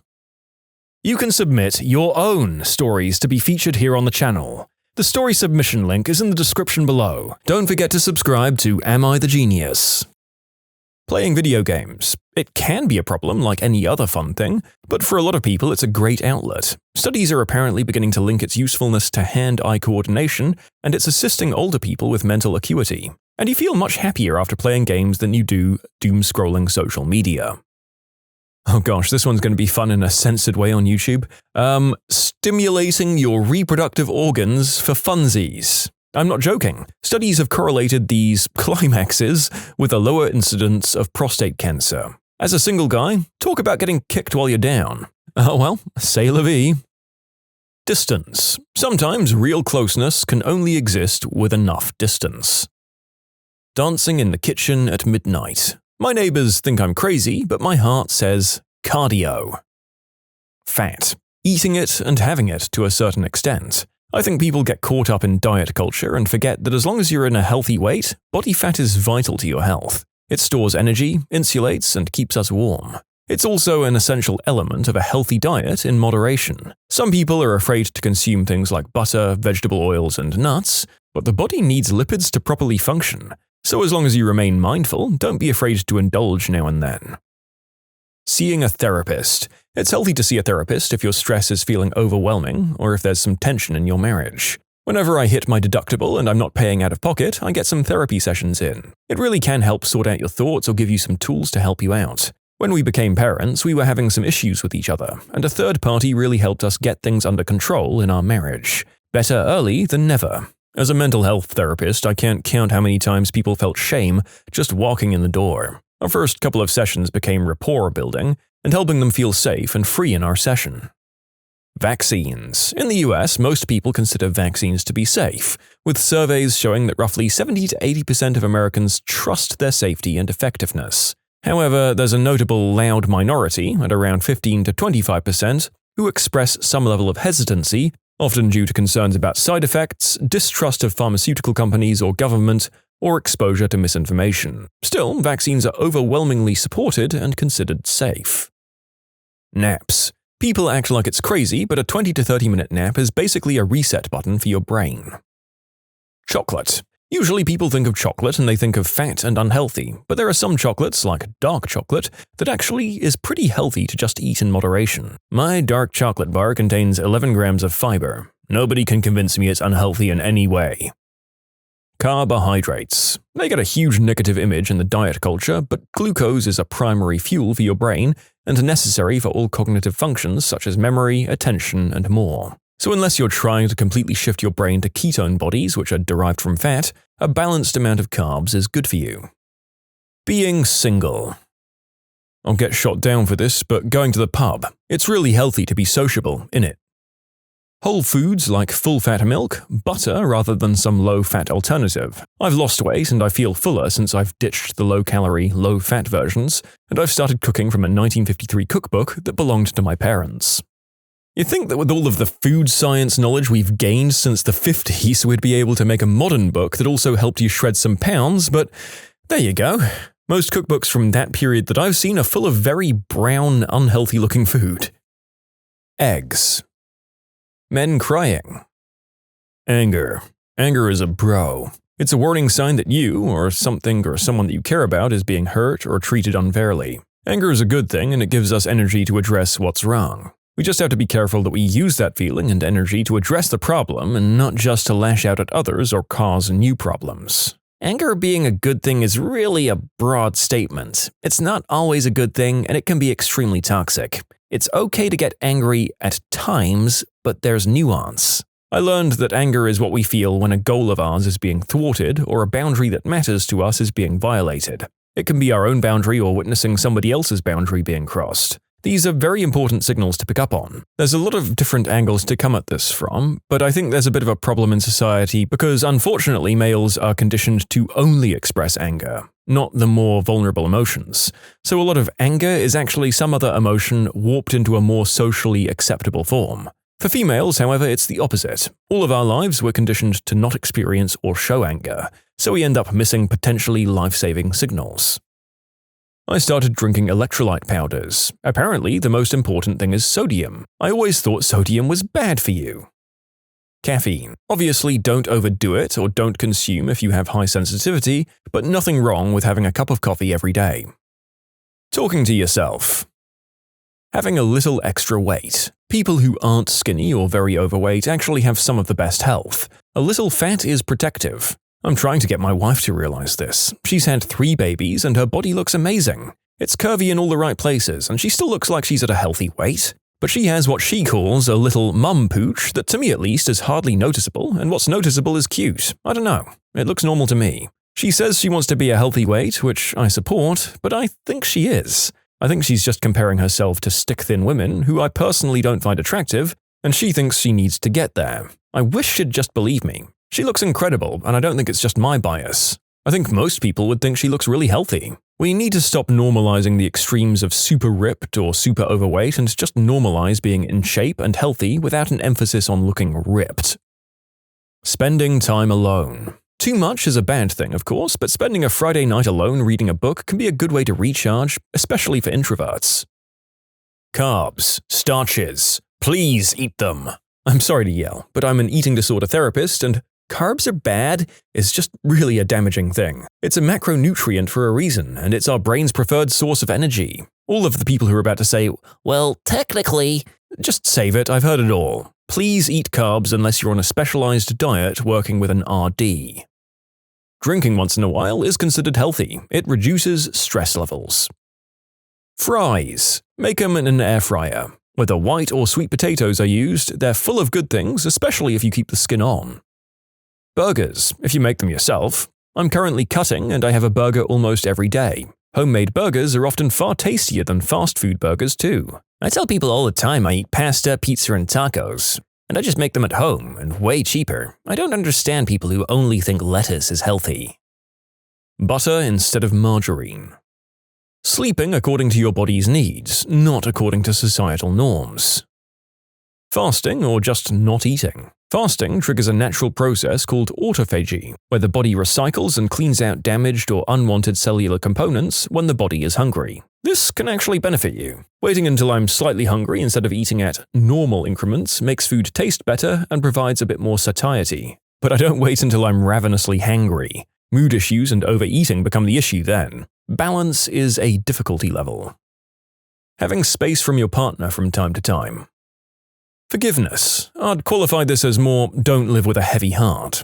Sure, forgive people for honest mistakes or over arguments that are ultimately meaningless, but forgiving someone that will just hurt you again will just hurt you again. And you only do a disservice to yourself and your feelings by forgiving something that shouldn't be forgiven. You'll break yourself trying to forgive the unforgivable. What's important in any case is to heal, move on, and live a fulfilling life, not wallowing in misery or suffering in silence. I have no evidence for this and I'm not a nutritionist or a health expert, but I'll always believe that burgers aren't as unhealthy as everyone makes them out to be. You've got meat, a slice of cheese, lettuce, tomato, ketchup, pickle onion, and a bun. What's so unhealthy about that? I know ground beef can be a little fatty, but you can use like 90-10 or grass-fed or something. Burgers are deemed as so unhealthy, but I disagree. I think it's because fast food burgers have a bun that's got insane amount of sugar and there's a week's worth of salt in the meat and the bun and the side of fries. But pretty much all restaurant food has ridiculous amounts of sugar and salt to enhance the flavor, so still, not a burger-specific problem. Real sugar. Sugar isn't bad for you in moderation. Plus, lots of natural sugars can be found in fruits and such. After reading some of the American subreddits, people apparently think it's unhealthy to eat fruit or make juice out of just crushing fruit and not adding anything. Like, what the frick, guys? I can accept that maybe sugar-phobes or diet freaks could have come to that conclusion. I just hope that there aren't people out there who are exclusively avoiding fruit for the sake of their health while gulping down a box of Dunkin' Donuts Homer Simpson style. Not that anything would surprise me these days. Peanut butter. A spoonful counts as protein, right? Carbs, fat, and sodium. You need these to feed your brain and body to have it work properly. You don't need them in extra huge quantities or to the exclusion of other things that you should also eat, but you do need them. Don't demonize food or entire classes or categories of food. Time away from doom scrolling on Reddit. Eggs and cholesterol, fats, red meats, they're precursors to many important bodily functions. Dark chocolate in moderation. It helps with mood and heart health. Maybe they don't think it's unhealthy, but old people going to the gym and lifting weights. Even 90-year-olds can see massive strength gains from regular weight training, which bring increased quality of life. I hope it'll become more normalized in the future. Open dialogue and debating. I recently learned from some vintage magazines that smoking menthol cigarettes can really soothe the throat. This depends on the person and on their health, but for me it's not having breakfast. Most people think you need to have a good breakfast in the morning just to be functional for the day, and many people overeat way too much at this meal. For me, and for many others, having an empty stomach helps me stay focused and productive. It also helps to control my weight better. There are many studies on this which even lead to concepts like the now more popular intermittent fasting. It's probably no big deal. Big deal. The hidden trauma that's been overlooked for years. Having a mum who didn't want to be a mum. It's one of those things that bothers me so much about forcing women to have children that they don't want and aren't ready for. There's a lot of suppressed rage from that, and you never forget it. You carry that feeling of being unwanted your entire life. It is messed up. Growing up fat. Constant discussion about your body, being put on diets, it being assumed you aren't as good at sports. It's basically ingrained in you that being fat is a character flaw and that you're less than. Also, looking back on my childhood photos, I wasn't fat. By any means. I've always been tall and bigger, but basically taking up space wasn't okay, I guess. Every doctor's visit meant demeaning comments, kids in school picked on me relentlessly, my mum had me on diets and restricted food nonstop, while my skinny brother could eat whatever he wanted. I wish I could hug 8-year-old me. Life after cancer. People expect you to just be able to bounce back to normal and be happy from hearing that you're cancer-free. In reality, the fear of reoccurrence eats away at you forever. This is the one. The fear of recurrence, just dealing with the aftermath, trying to run a normal family life whilst taking meds like tamoxifen and 24/7 exhaustion. I spend days stuck on, I wish it had never happened, and then feeling like a bit of a fraud when people talk about you as a fighter and survivor.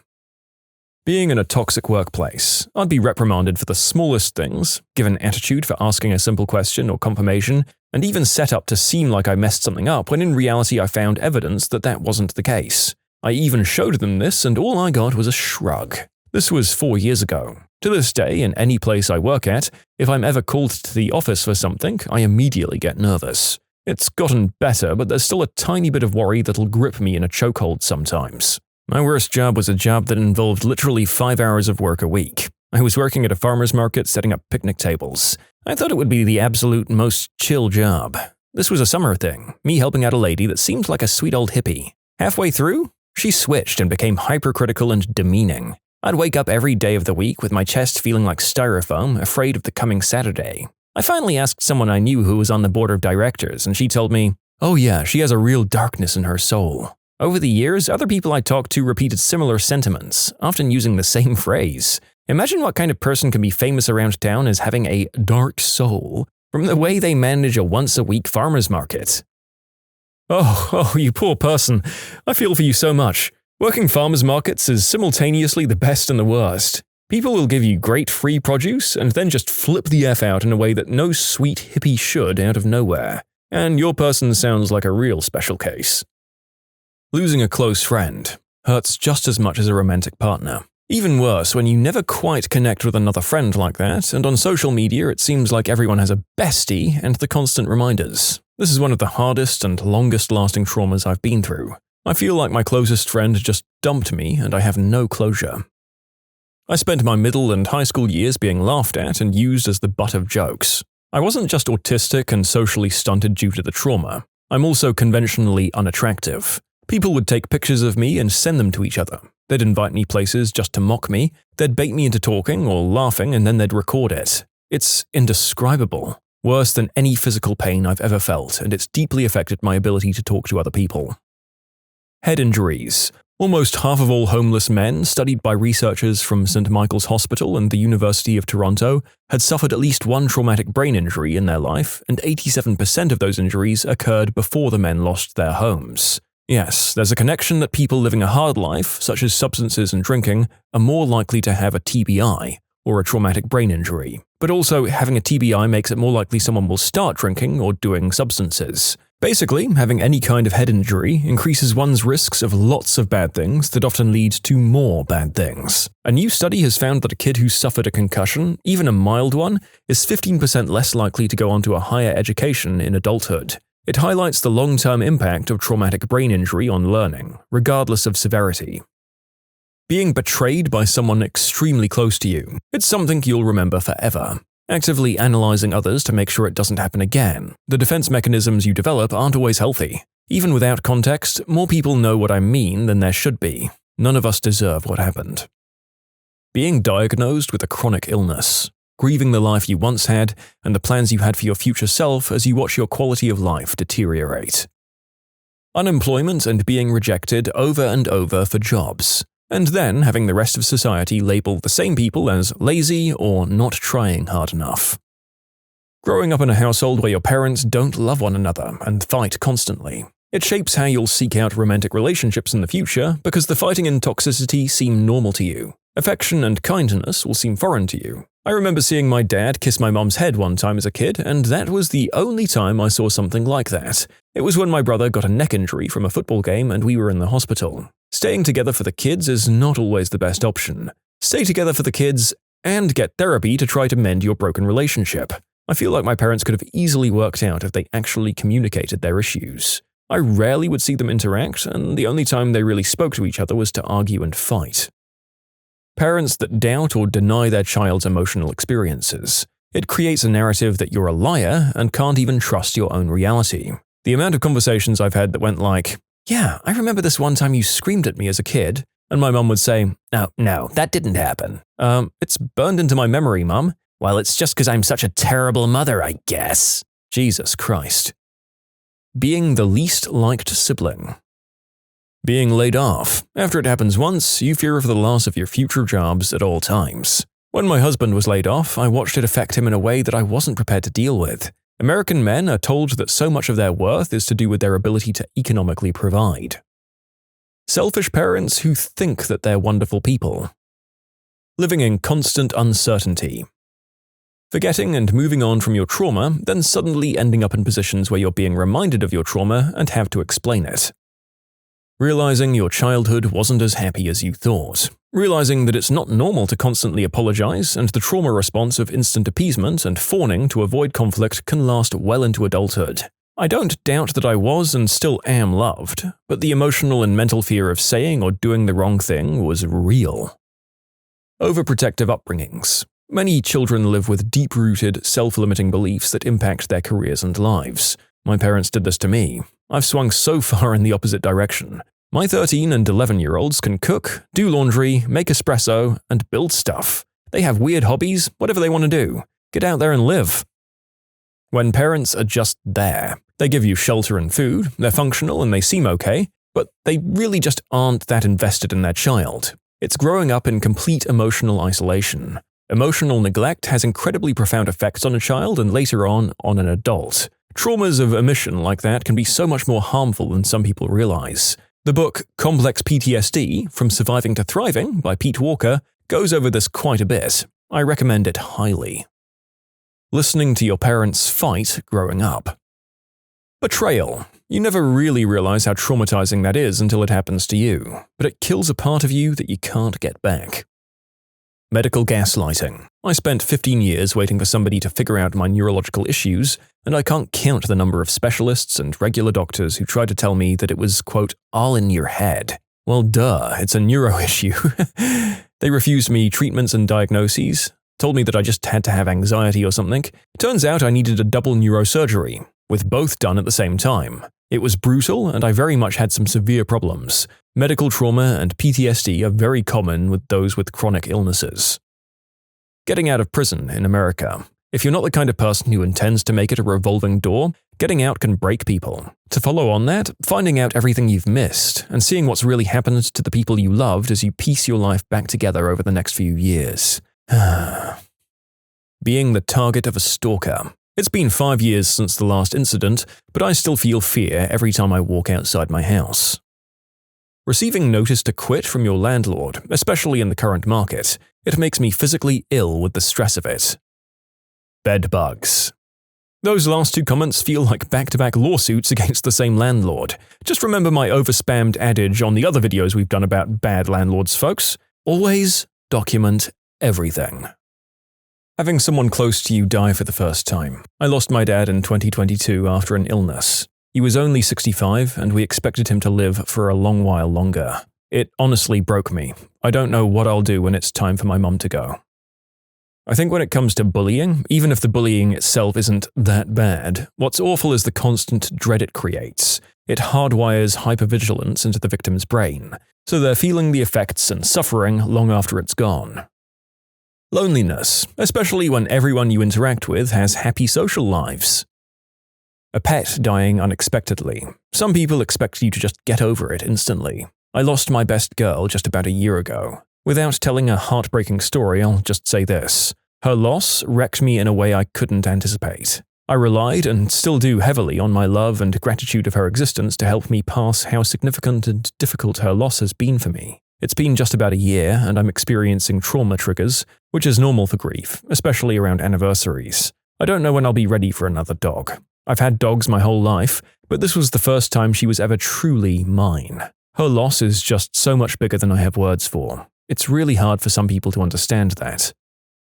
Heartbreak. I think some people believe that it isn't that big of a deal, and maybe in some cases it isn't. But when you put your faith and trust into somebody and they go cold and indifferent to you, when you're just trying to show up, that can destroy you. I think people don't realize how powerful their words and actions are in general. Like, you might think it's fine to be rude and angry, but that might stick with someone for a long time. I remember being made fun of for dancing in the 8th grade by a boy, and a bunch of kids laughed at me, and I still struggle with dancing. You can submit your own stories to be featured here on the channel. The story submission link is in the description below. Don't forget to subscribe to Am I the Genius? Chronic illness or pain. You feel like you can't trust your body, or like your own body is actively trying to degrade your quality of life. You miss out on so many things or struggle to get through them. You just want to be a functioning human, but you're constantly limited. Being a forgotten sibling. Being a victim of a bad childhood or teenage bullying and the mental effects it can have on the child later in life into adulthood. People talk about the serious effects of child mistreatment by parents and domestic nastiness, and how it can negatively affect people's mental health in the future. But people seem to gloss over or trivialize play-yard bullying, which is just as bad in many ways and has been shown to have bad mental health effects on its victims. Some kids go on to take drastically tragic measures to get away from it because of the bad mental effects that it's had. You'd never hear people say, "It builds character," to kids who are mistreated by their parents or wives mistreated by their husbands. But we say it to kids or teenagers who are treated that way by bullies, as if the pain that they're going through isn't that bad, or somehow it's justifiable and good for them. I mean, there are stories of actual horrendous violence by the bullies. I don't understand how that builds character. The occasional brush with unwanted attention, by which I mean a squeezed bum or somebody grabbing your chest over your clothes, or brushing your crotch over your clothes. My eldest recently confided in us that she was inappropriately handled by a distant family member several years ago. Now a lot of stuff makes sense. She's been having a very hard time of life, to put it lightly, and we were wondering where a lot of her emotional turmoil was coming from. If I ever see that guy again, I'm going to kill him. And before anyone asks, yes, she's in therapy, and yes, we've been to the police. That's currently in motion. We're also outing him to the whole extended family, and they can do with that what they will. Realizing that your blood relatives are nothing more than individuals with similar genes. They don't automatically comprise a family, and they can be more cruel than strangers because they know how to hurt you. Car wrecks, but I think at least some people do recognize the trauma. I see a potential wreck every time I get in the car, constantly picturing myself dying or not getting back to my family. If I put on certain songs, I think, is this the song that'll be playing when someone walks up to find me dead in the car? I hate the anxiety. Reading the news and using social media like Reddit that heavily relies on sharing news and negative opinions, scenarios, and photos. It's literally damaging our psyches because we're not meant to be under constant bombardment of mostly negative information. My therapist told me that she's convinced that taking a few weeks, maybe even months, off being online would vastly improve the mental health of most of her patients. I listened to her, and now I often take media breaks. Sometimes I just disappear for a weekend, sometimes for longer. The effect on my mental health is almost immediate and very noticeable. Pregnancy, birthing, and postpartum. I hated being pregnant. hated it. I hated not being in control of my body. I hated having to constantly think about what I ate, drank, and otherwise put into my body. I hated being sick for months at a time. I hated being uncomfortable. I hated the heartburn. Pregnancy was 100% a means to an end for me. 100%. I also think that birth trauma is dismissed. I was very fortunate to have a fantastic OB for my first child, and my OB was joined by an awesome midwife for my second child. I had a wonderful, positive, amazing birth experience both times where I felt I had autonomy, that I was heard, and that I was given top-notch care. It's amazing how often that doesn't happen. Some of these OBs think that they're gods and the women giving birth are just a job to be taken care of expeditiously as possible and not an actual person going through a major and sometimes frightening medical event.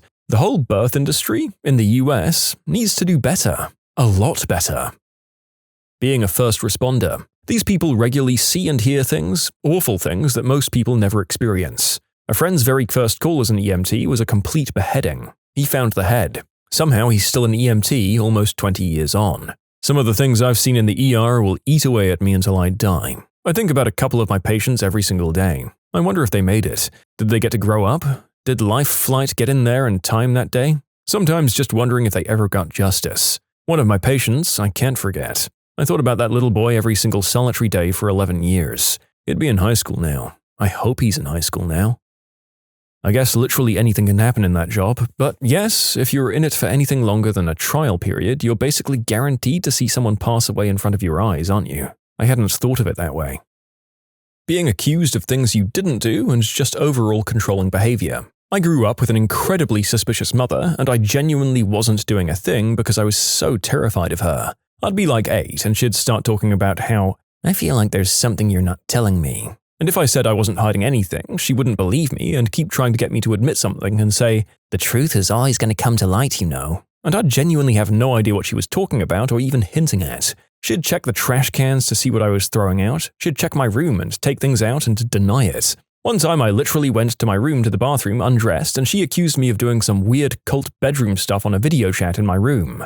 I was like 15. How'd we even get to that? Knowing there's nothing you can do or say to prove to the person that you genuinely didn't do anything is one of the most anxiety-inducing situations to be in. Especially as a young child, when your parent is extremely volatile physically and emotionally and takes nothing to just escalate things to awful levels. Juvenile detention. If you talk to any career criminal in Florida, their downward spiral usually starts with, or at least involves a stay at JIT camp. Kids are put in an environment where authority figures greatly misuse the power we've invested them with. The kids are introduced to prison gang politics and taught to respond to the slightest disrespect with extreme violence to avoid being punked. To say that they tend to come out bad would be an understatement. A lot of juvenile facilities are basically trauma factories, warehousing kids who often have trauma in the first place, until they turn 21 and they're sent to adult prison or set loose on the general public. Being bullied as a child. A part of you always feels imminent rejection or ridicule, but it's elation when it doesn't happen that way. Growing up around someone who can't control their anger. Your parents getting older. I was utterly unprepared the first time my mother became genuinely ill or how fragile my father became during radiation treatment. The experience shakes your core and I strongly wish I'd prepared myself. People's childhoods. It's an incredibly valuable time of your life and so much happens that's out of your control and does impact the kind of person you become and how well you can cope with your teenage years to adulthood. I try not to blame my parents, but sometimes I feel like I've been set up to fail. Having an alcoholic parent. They don't always mistreat you, but they're usually not around. It does damage either way. Shout out to the ACAs, the adult children of alcoholics. Trigger warning about pregnancies going wrong. Losing your baby in the womb. We were blissfully unaware that it was so common. 1 in 4 pregnancies, apparently. The emotional rollercoaster, hormonal mess, heavy bleeding is just the tip of it. And that's just if you lose it at the earlier stage. It gets worse as weeks go on. It's considered more serious at the 19-week mark. We got to the 12-week ultrasound to find out that there was not only no heartbeat, but that we'd lost it quite some time ago from the size. I had to either wait a week for a procedure or take meds. I chose the meds, but nothing prepares you for that experience. I was at my lowest mentally for months afterwards. Depressed and definitely feeling PTSD in the first half of my viable pregnancies afterwards. Poverty. Nobody realizes how insidious poverty is. It's a slow grinding trauma that rewires your innermost self. Poverty robs your hopes, dreams, and self-worth a little bit at a time. Anyone that scoffs at that statement has never faced it. I frickin' promise you that. It's multifaceted too. Survival skills that help you get by end up being a glass ceiling. Even if you can escape the financial side of poverty, the emotional toll and coping habits are incredibly hard to shake. Surviving cancer or any major illness, really. The medical PTSD is real. Bedbugs. The paranoia and the searching. Not trusting your own clothes and furniture. Having bedbugs once will give you ghost sensations for years.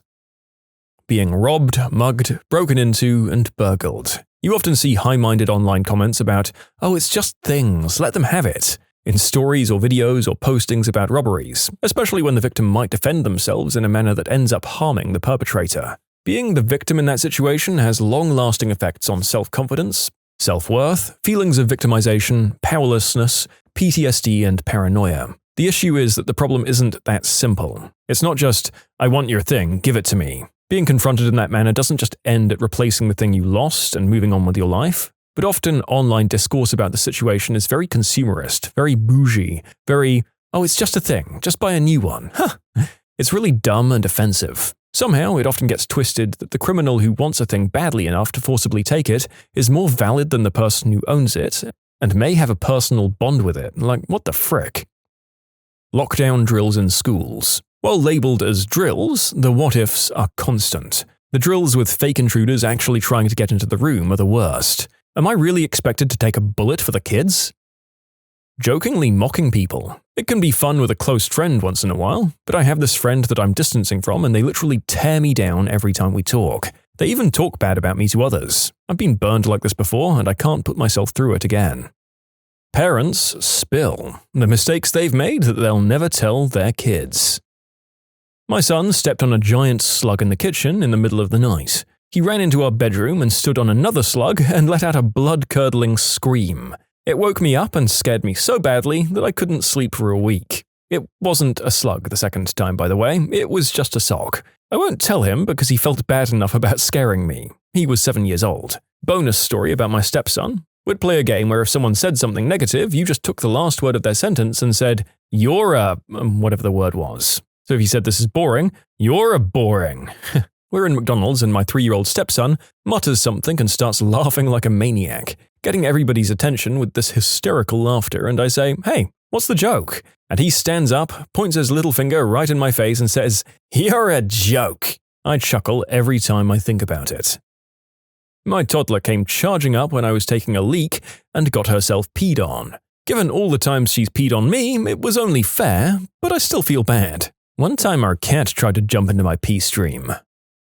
I probably won't tell her about the many times she tried to get us to touch tongues when she was a toddler. It was entirely innocent, but I can't imagine she'd love to hear about how she'd repeatedly tried to French kiss her mother. God, I did this to my dad once, but I was 5. I saw 2 grown-ups Frenching on TV and I decided that the next time my dad kissed me goodbye, I'd try that. As a 5-year-old, I was not a good kisser. I basically just wrapped my lips over his and licked his face. His surprised yell let me know that that was not an okay thing to do.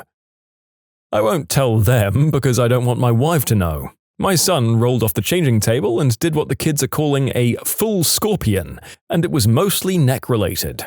I was fully expecting to pick up a quadriplegic, but he was okay with no lasting effects, I think. Yeah, kids are at least partially rubber, which is a damn good thing because that balance combined with that sense of self-preservation is not a great combo.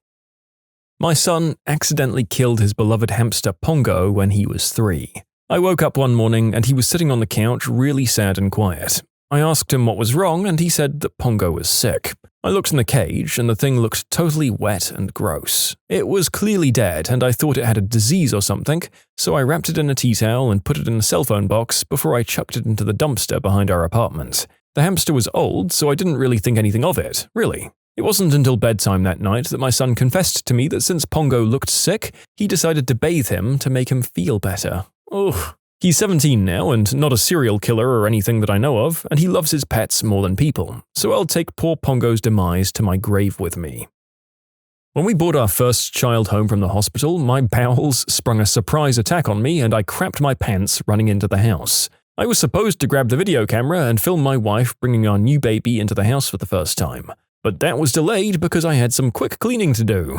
By the time I changed and grabbed the camera, the footage I'd captured was my annoyed wife carrying in a screaming newborn, asking why I took so long, and then noticing the god-awful smell stubbornly lingering in the kitchen. "There was an incident," I said. I'll not let my kids view that video, but my wife told them what happened, and I still refuse to admit that I literally crapped myself in what should have been one of the most memorable moments of a man's life. When my daughter was 2, I fell down the stairs while carrying her on my hip. She didn't make a peep, so I thought she was fine until I laid her down to change her diaper, took off her sleeper, and saw that halfway down her shin, her leg was bent at a 45-degree angle. I rushed her to the emergency, and they had to give her surgery to straighten out and set her leg. Worst day of my life. I've never felt so low. She knows about it, but I sure as heck don't bring it up. In short, I broke my daughter's leg when she was 2. When my middle son was about 2 years old, he'd climb in bed with us in the middle of the night once in a while, like most kids do. He wouldn't get between us or anything though, he'd do his best not to wake us up and usually just ended up at the foot of the bed. Our cat had a similar habit, where he'd jump up and sleep at the foot of the bed. But he'd attack your feet if you moved, so we got used to shoving the cat off the bed in our sleep if he was being a jerk. I'm sure you can see where this is going. One time, my wife shoves what she thought was the cat onto the floor, but instead of the sound of a 15-pound cat landing lightly on its feet, it was the sound of 30 pounds of dead weight thudding on the floor. The unmistakable sound of a person hitting the ground woke both of us up, and we immediately realized what had happened. Our son was fine, but that sparked a 20-minute discussion about what happens if you get knocked out in your sleep. Do you wake up and then go out, or do you just stay out? Either way, he wasn't concussed or anything, he's just a heavy sleeper. We put him back to bed and never told him about that. My daughter found the cat litter box as a toddler and, well, she ate a Tootsie Roll. I mean, your first mistake was putting candy in the box that your cat craps in. I'll have you know I've made tons of mistakes before I got to that one. I was feeding our oldest son. He was 5 or 6 months old at the time. I sat in the portable high chair in the middle of our large dining room table and I locked him in it. I literally turned for 2 seconds to toss the baby food containers in the trash before unlocking him when I heard a horrifying crash and him screaming. He was laying in the floor in a position where I was sure his hip or something was broken. I picked him up and he immediately stopped crying and was back to his normal self. He had a knot on his head, and since it was a pretty high fall and he was so young, I called the nurse's line to ask what to look for as far as concussions or if I should bring him in. Their response was to take him to the ER immediately because he could have fractured his skull. He was fine, no concussion, no anything. I was mortified to have to tell the ER he fell off a table and was fully expecting DHR to come rolling in. I still don't understand how he managed to flip the seat off the table. Lesson learned for sure, and it was a scary one. First thing I tell my new parents is don't ever say the words, "There's no way he or she could do X," because they can. I was at the beach with my kids. They were throwing stones into the sea. I threw a pebble, but somehow I managed to throw it kinda sideways. It hit my youngest in the head. It was a small pebble, so it didn't really hurt him. He screamed, "Mummy, you hit me on the head with a rock, how could you?" And I swore to him a seagull had dropped it on him. Every so often he'll bring it up, and I will never admit it was me. My uncle told me the story of my first word, long withheld from me by those who sired me. My parents were tossing me back and forth to each other, having fun. And, well, Mum missed. On the way down, I screamed, "No!" Not like a panicked, "No!" kind of thing. It was more of a very matter-of-fact, stern, "No." Like, "F you, Mum, get me now." Turns out, I'd crapped myself, being that babies can do that from time to time. I hit the ground on my rump, and the cloth diaper exploded. Poop everywhere. When I was about 8, my brother and I had a bunk bed in an L shape. One morning, he got violently ill, throwing up over the side of the bed onto me. Not waking me, but my parents came in and changed the bedsheets and my pajamas, all without waking me up. My neighbor told me about when her daughter's bird died. She had nothing else to bury it in other than an empty box for a marital aid, because she used to sell slumber parties. Okay, that last statement was very confusing to the narrator. Is Slumber Party a brand of adult toy that she sold door to door? Or was she selling them to overnight gatherings of teens? Because one of those things is unconventional but acceptable, the other is probably some sort of crime, or at least crime adjacent. What's more embarrassing is that I work with children as a professional. So, onto the story. One day I left my kid in the car. Accidentally.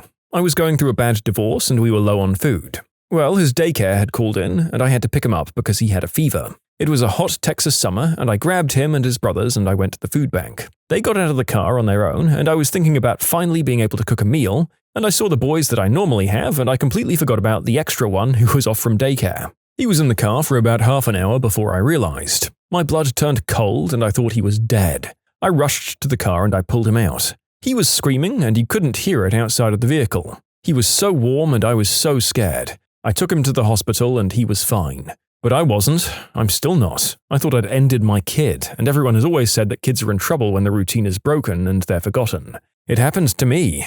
When I share this story, I hear about other parents who've done similarly. The parents that do it aren't bad parents. It's usually stressed and forgetful parents. That's the day I decided that unless the kid was left on purpose, we shouldn't charge parents with a crime. The loss of your child and knowing it was your fault is punishment enough. In short, I left my son in a hot car. He was okay, but I'll never forgive myself. I still cry over it. I'm crying writing this answer. I had my daughter in her car seat carrier. I was preparing to leave the house. I hadn't fully buckled her in yet. I set the carrier on the stove to gather a few things just before leaving. As I turned around, I see her leaning down to grab something from between her feet. The carrier had a curved backside, and as she leans forward, it rocked and pitched her from the top of the stove to the floor, face first, with the carrier following and clomping on top of her. To this day, I'm absolutely horrified thinking about it, and I will hold that against the person who suggested this question for probably 2 or 3 weeks. You can submit your own stories to be featured here on the channel. The story submission link is in the description below. Don't forget to subscribe to Am I the Genius? When my son was about 8 months old, we were living in Florida. It was January. Florida has huge palmetto bugs. You know, giant, flying, horrifying roaches. These hellspawn head indoors when the temperature drops. I should mention now that I have a pretty bad fear of them. We had been battling them for a few weeks and had gotten them mostly under control by thoroughly checking the dogs when they came in from outside and putting out a couple of motels around the house.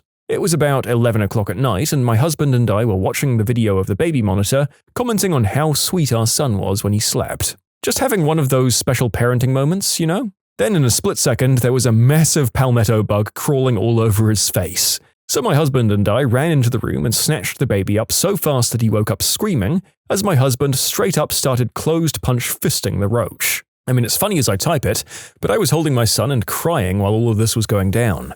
The little jerk kept trying to get at my kid even once I picked him up. Also, a palmetto bug will chase whatever has a heat register when they're poisoned. During the same week, I was feeding my son and one of those little pieces of crap came frantically rounding the corner of the other room into the living room, saw me and the kiddo, and took frickin' flight straight at us. So I grabbed my son and ran around the house as this thing chased us, screaming bloody murder while my baby ugly cried. Good times. So yeah, these are some things I won't be sharing with my son. Okay, update.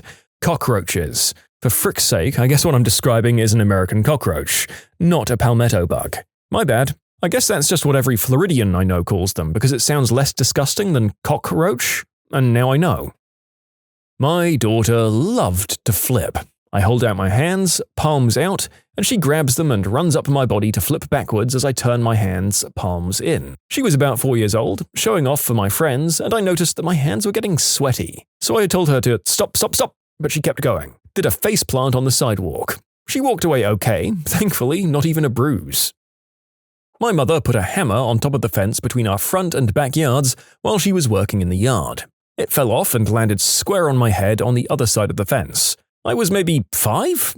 It split my head wide open. She doesn't tell the story. I remind her of how lumpy my head is from time to time. I was trimming my baby's fingernails when she was like 2.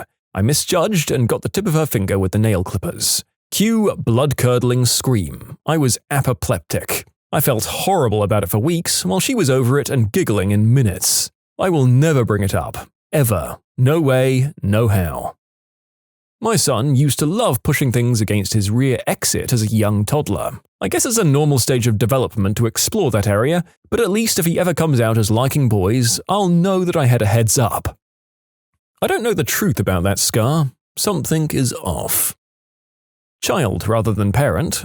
My parents divorced when I was 3. I knew as I got older that my father was an unmedicated bipolar and hadn't been his best self for a while. I also knew that he had several self-deletion attempts and cheated on my mum. Having bipolar myself, I forgave him for who he was at that time. I desperately wanted a relationship with him, and I tried for years with no luck. After a rather tumultuous stage of life, culminating in me being hospitalized at my lowest mental point and cutting my father off for his behavior again, my mother told me that my dad told her that he could never love me when I was first born. He also did things like go over 100 miles per hour in the car with the family in there after I was born, and hid in my playhouse with a knife when I was a toddler. Needless to say, we haven't spoken in 2 years, and he won't be meeting my son.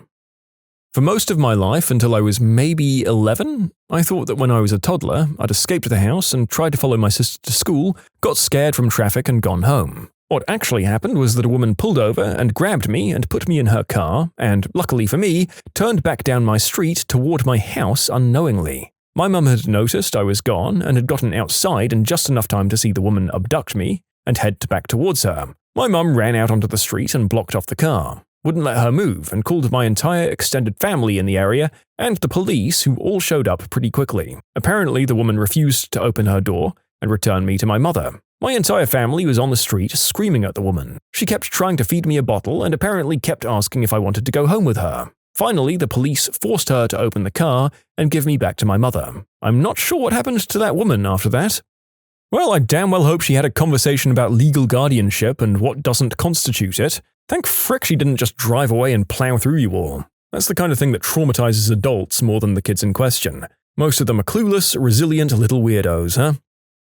That I almost wasn't his mum. I was 17 when I got pregnant. My father skipped town after he found out. By the time my parents found out, they pushed adoption on me hard. I didn't want to give him up at all, but my parents were very dead set on it, and I was afraid I wouldn't get any of their support if I decided to keep him. We met with adoption attorneys, met families, we even picked one. My heart still wasn't in it, but I was terrified. This was all happening by the time I was around 35 to 36 weeks. The average pregnancy is at 40. So a month or so went by and I gave birth. As I held him, I knew I couldn't live another second without him. It was instant connection. He felt mine, but I was still getting pressure from my parents. Eventually, during my hospital stay, my mum started coming around.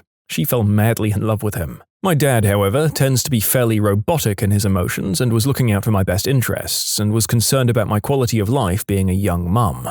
By the time I was discharged, a decision still hadn't been made, so we had to send him to a house run by nuns who watched children that were in less than ideal situations. It was the most heartbreaking moment of my life. He was there for 2 days, and I felt completely empty without him.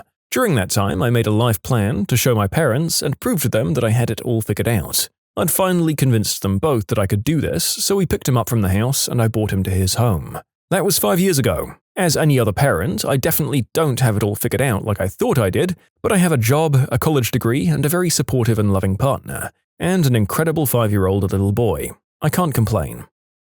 My 3-year-old spent 5 weeks in the NICU when he was born due to severe meconium aspiration. He was on fentanyl for almost 3 weeks, so he was basically a junkie. The doctors spent the next 2 weeks weaning him off with morphine. Babies with withdrawal are not fun. We do plan on telling him about the NICU, but not that he was a substance addict as a newborn. Not really applicable anymore because he wasn't my son, but I was raising him at the time, and his mother and I have since broken up. Anyway, that morning we'd been getting him ready for the day. Here comes the foreshadowing. My girlfriend casually mentioned that since he was getting bigger, we should look at lowering the mattress on his crib. For non-parents, it seems that cribs have adjustable heights. Lower is safer, but harder to pick up the kid. I said I'd see if I could get to it that day, and, well, I didn't. Anyway, we were trying to get him to self-soothe. Overall, he was a good kiddo, but getting him to bed was often a nightmare, going in multiple times to calm his screaming. Well, we decided today that we'd just let him cry it out, no matter how long it took. This kid would scream like he was being flayed alive if he felt like he was alone too long, so he originally didn't think anything of it. It didn't sound any different to usual. We heard the screaming for probably around 40 minutes when my girlfriend finally caved. Now, she wasn't the calmest person in the world. Not a bad mum by any means, but like most people that have a child unexpectedly, this kid wasn't even remotely planned, she lost patience easily. She finally got off the couch and stormed over to his bedroom and threw the door open, right into his face, slamming him into a wall. He had managed to fall out of his crib, crawl to the door, and was screaming at the door. Now, again, his screaming of this volume wasn't anything out of the ordinary, so no, we didn't notice it sound any different than when he was in the crib. So now she panics, crying and screaming herself, and off to the ER we go. Hours later, he's fine, save for a couple of minor bruises. It took a few more months to get him to calm himself to sleep after that one, though. The first rule is you don't talk about toddler fight club. My family had 3 babies born this summer, and I keep trying to talk my mum into letting me set up a baby Thunderdome in the playpen. 3 babies enter, 1 baby leaves. My daughter started hearing voices when she was 6. She actually thought inanimate objects were forcing their thoughts into hers. It lasted for a few weeks and then thankfully stopped, which surprised me. Everything I read made it seem like I could expect it to be a permanent or at least a long-lasting thing. It's about 1.5 years later now, and I'll never bring it up again. I know from experience that mental issues can be weird, and sometimes thinking about it too much makes it worse. That her father actually told me he didn't want to help me with her 2 weeks before she was born. That he bullied me in front of her and emotionally abandoned us after she was born. She wants to know what happened, and I just refuse to break her heart. Because she's never seen that side of him, and I hope she never does. Well, my daughter's still young, but here's one that I'll never tell her. Her first Christmas, we took her to the mall to take pictures with Santa. She wasn't scared or fussy, but she had this look on her face that said something wasn't right. She pooped while in his lap, and it spilled out of her diaper, out of her dress, and right onto Santa's lap. We don't know how bad it was because we basically grabbed her, yelled sorry, and took off. I imagine that Santa had to close shop for the rest of the day. This is going to sound awful, but when my son was about 2, I was dyeing my hair in the bathroom with the music blasted. My husband was in the living room with our son, but he'd snuck away into the bathroom without either of us noticing. I turned around and my son had opened up the hair bottle and gotten into it, covered his hands, hair, and face with it, completely purple. It was vegan, non-toxic hair dye, so it wouldn't make him sick if he ate any of it, but it took so long to wash the purple off him. When my daughter was 4, we found an old TV for her room, one of those ones with huge backs that they don't sell anymore. Well, she climbed on her dresser one day and tipped it and the dresser on herself. I don't know how she didn't get hurt. Helicopter parents? Or dragon parents? The horror stories that will blow your mind.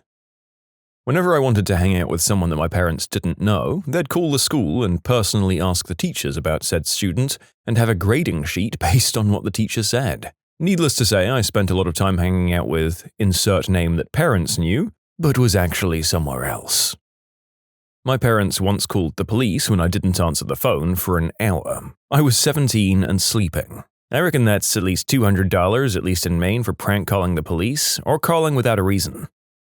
They read my diary when I was like 12. Didn't speak to me for weeks afterwards, as it was apparently offensive to Islam. My mum read my diary last summer. I was grounded. I don't even know why. I only talked about my crushes, school, and sports. Nothing special, wasn't taking substances, nothing bad. I was just grounded for not confiding in your parents. Gee, I guess I really can trust you for reading my personal collection of thoughts and secrets that's undeniably private. I'll tell you everything now. In high school, my dad forbade me to talk to anyone remotely male. After being caught at the bowling alley on a double date with my boyfriend, he threatened to taser me in the car home in front of my friend. After a week of his anger not subsiding, I just took it and said, okay, to everything he said and all the punishments. He became more angry with my lack of emotional response to his psychological punishments. So he called the police to have me escorted out of the home and have me taken to some sort of juvie shelter. Thankfully, I already had a backup plan in place with my friend, whose parents and my mum gave consent for me to stay there. I met my first best friend growing up.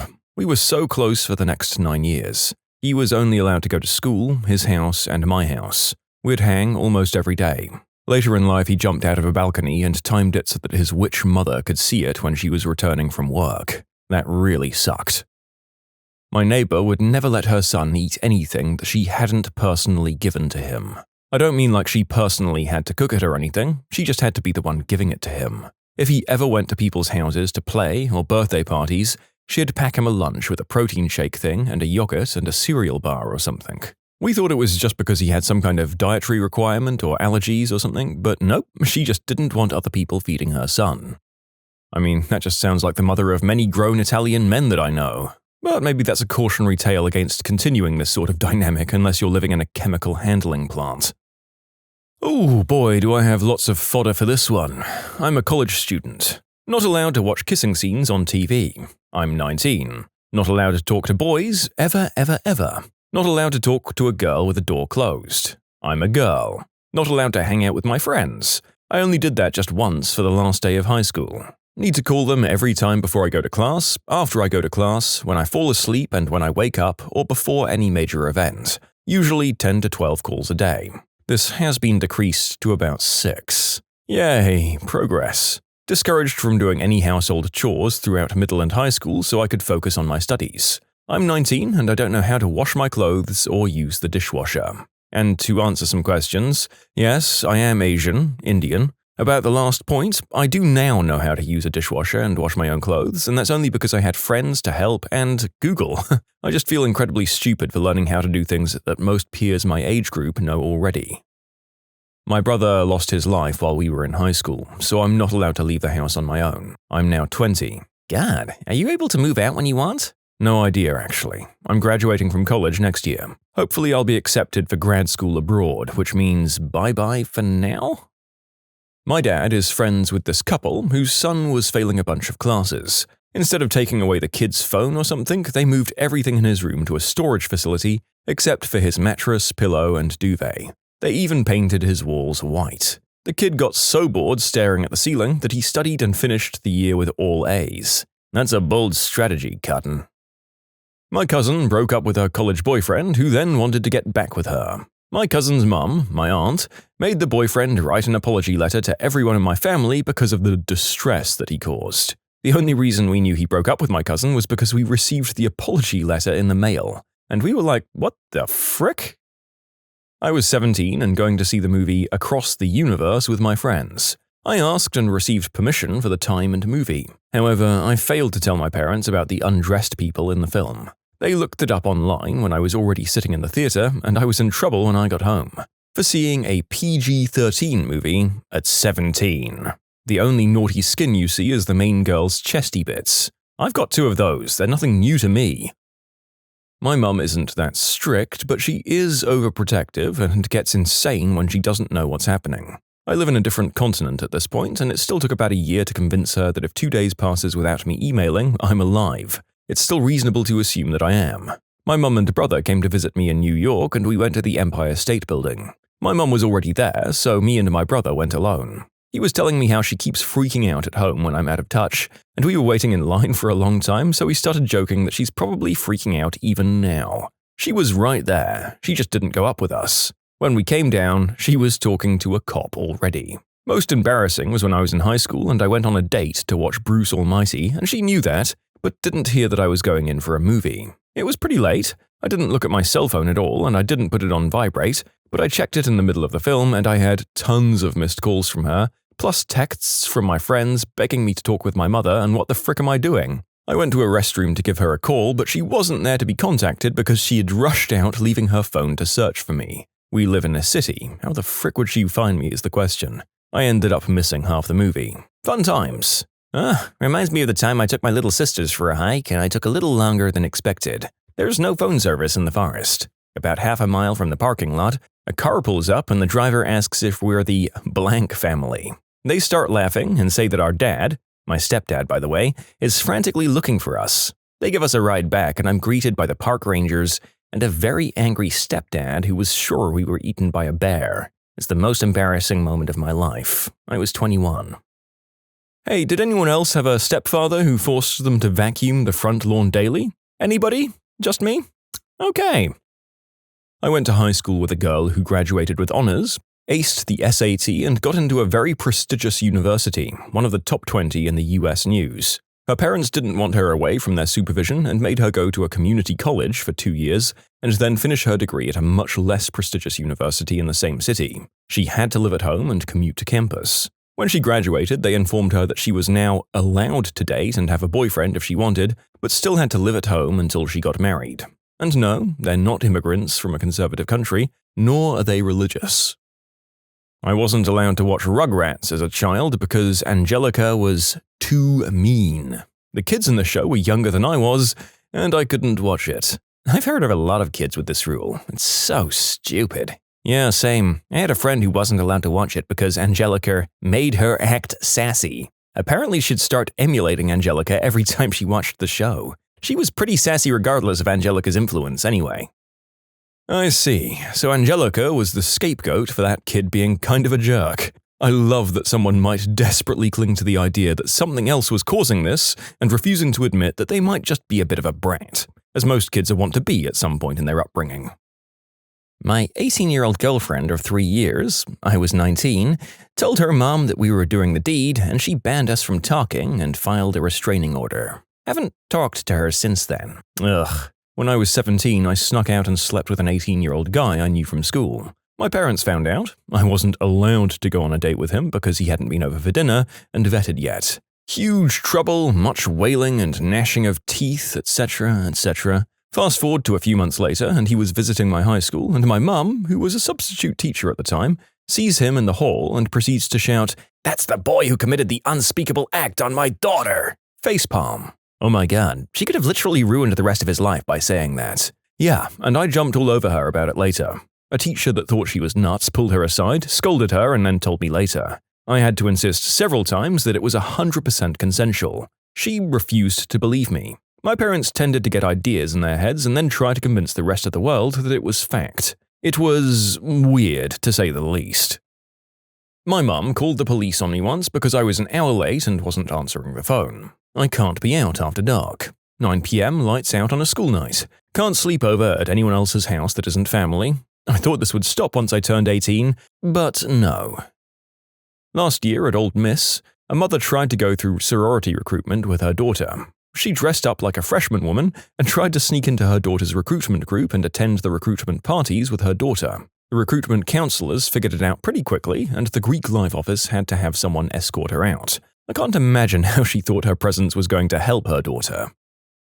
You can submit your own stories to be featured here on the channel. The story submission link is in the description below. Don't forget to subscribe to Am I the Genius? My childhood friend was not able to sleep over at other people's houses until she was a senior in high school. Her mum had known me since grade school, and she still wasn't able to sleep over. Her mum also forbade her from going out of the house unless she kept her cell phone on her at all times and called her mum once she got to wherever she was going, and then once every hour after that. She has an older sister that moved a couple of hours away because of her parents.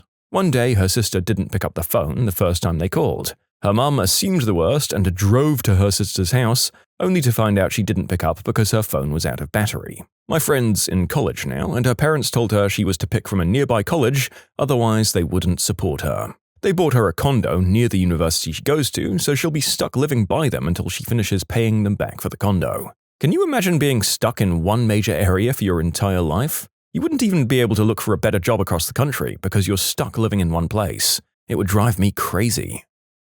One winter, I was in high school. I was going to a friend's house who lived about a quarter mile down the road. My dad told me I couldn't walk because it was icy out. I said, "Can I drive then?" And he said, no, it's icy out. He then insisted on driving me and having me call him to pick me up later on. Then a couple of months after I graduated from college, shortly before I moved away for a job, I was hanging out with a friend at about 11 at night and my dad called me and told me to come home, because it was too late for me to be out. I was too old for him to be calling me that, and I hung up. Well, at least one of these stories involves standing up for oneself. I did plenty of arguing about him insisting on driving me, but it's a lot easier to put up a fight against your parental nonsense when you're a grown adult than when you're a teenager at risk for punishment for being, quote, disrespectful. I wasn't allowed to leave to go to college. I go to the local university and I live at home. But currently my brother is on another continent doing God knows what all the time, and it's honestly different because you're a girl. I feel bad because I've realized for a while that my parents need me. They're able to do without my irresponsible brother. It still doesn't make making friends and growing up any easier, especially when all of your high school friends left and everyone at college only hangs out when you don't want to get caught in traffic. 1, your brother is irresponsible because they've likely allowed him to get away with whatever because he's a boy, while you've been raised to believe it's different because you're a girl. 2, your parents honestly probably don't need you, they just want you to think they do, so you stop questioning why you aren't allowed to leave or do this or do that, but your brother has all the freedom in the world. And 3, once you finish college, I highly suggest doing what you want to do with your life. Just because you're a girl, it doesn't mean that you have to stay at home and do what they want. If you want to be on another continent doing God knows what, frickin' do it. Stop believing their stupid, gender-biased excuses for why your brother is held to a far more relaxed standard than you. I had a friend whose parents used to make her call them when she got to her friend's house next door. They could literally have stood on the porch and watched her cross the yard and go into the house with her friend, but she had to call and let them know she got there safely. They wanted her to be an astronaut. Well, I will say that unlike the story before this, at least they don't seem to be enforcing weird, outdated gender standards. On the other hand, how do they plan on calling her when she's in outer space?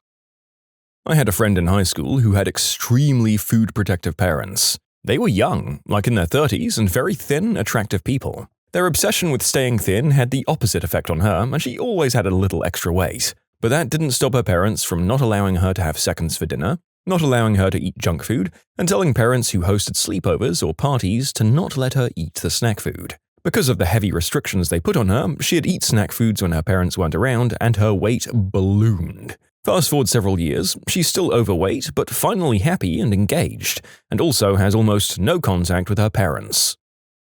I can't spend the night at any of my friends' houses unless my parents know the family. Not even with one that I've known for over 10 years. I have so many stories, so many.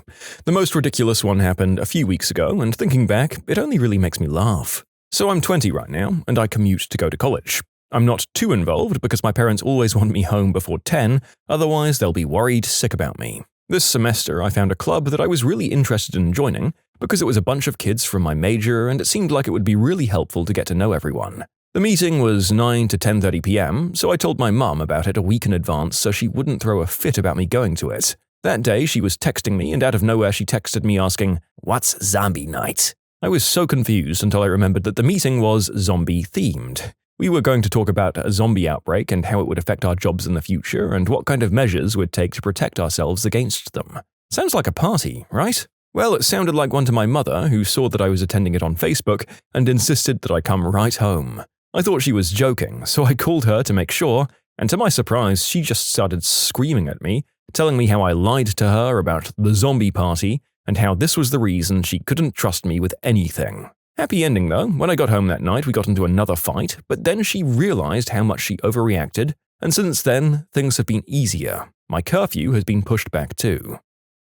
My mother had a form of OCD that meant she always needed to be aware of absolutely everything and control everything. She'd go through everything in my bedroom and read it, and so I learned real quick to keep private stuff on the computer. Neither of my parents knew how to use that. If I had a disagreement with friends, not only would she demand to know the details, but she'd actually lecture them about it. On one occasion, dumb idiot me lied about what happened to make myself look better, and she marched over to a friend's house and lost it at them. I lost all of my friends in that neighborhood pretty quick, and their parents smelled the crazy too, so it was pretty uncomfortable until we moved away. The worst part though was that she'd track my periods. I'm still not really sure why. I never felt like she ever thought I was much of a pregnancy risk. After I moved in with a boyfriend, she actually called me up at college and wanted to know if I'd lost my V-plates yet. Eventually, I learned to not tell her anything, and we haven't talked in a few years. My uncle lives alone and once went away for the weekend without telling my grandma. She called and he didn't answer. This was back before everyone had mobiles. So she got the police to break into his flat. He came home and thought he'd been burgled. Said grandma had also called up the leisure center when my dad was playing five-a-side, and he was called urgently to reception over the tannoy, only to be told that grandma was calling to tell him it was icy at the top of the street and to be careful coming home. He was 25 at the time. Well, my dad didn't let me drive to my friend's house that was only 3 minutes away. I was 19 and I'd had my license for a year. I'd been driving to college every day.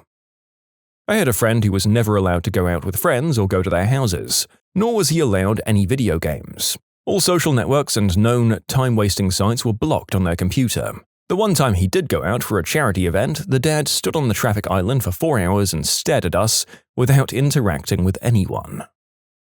My friend's parents had a recorder on their landline. This was just a few years before cell phones really took off, so all of our conversations as 12 to 15-year-olds were recorded.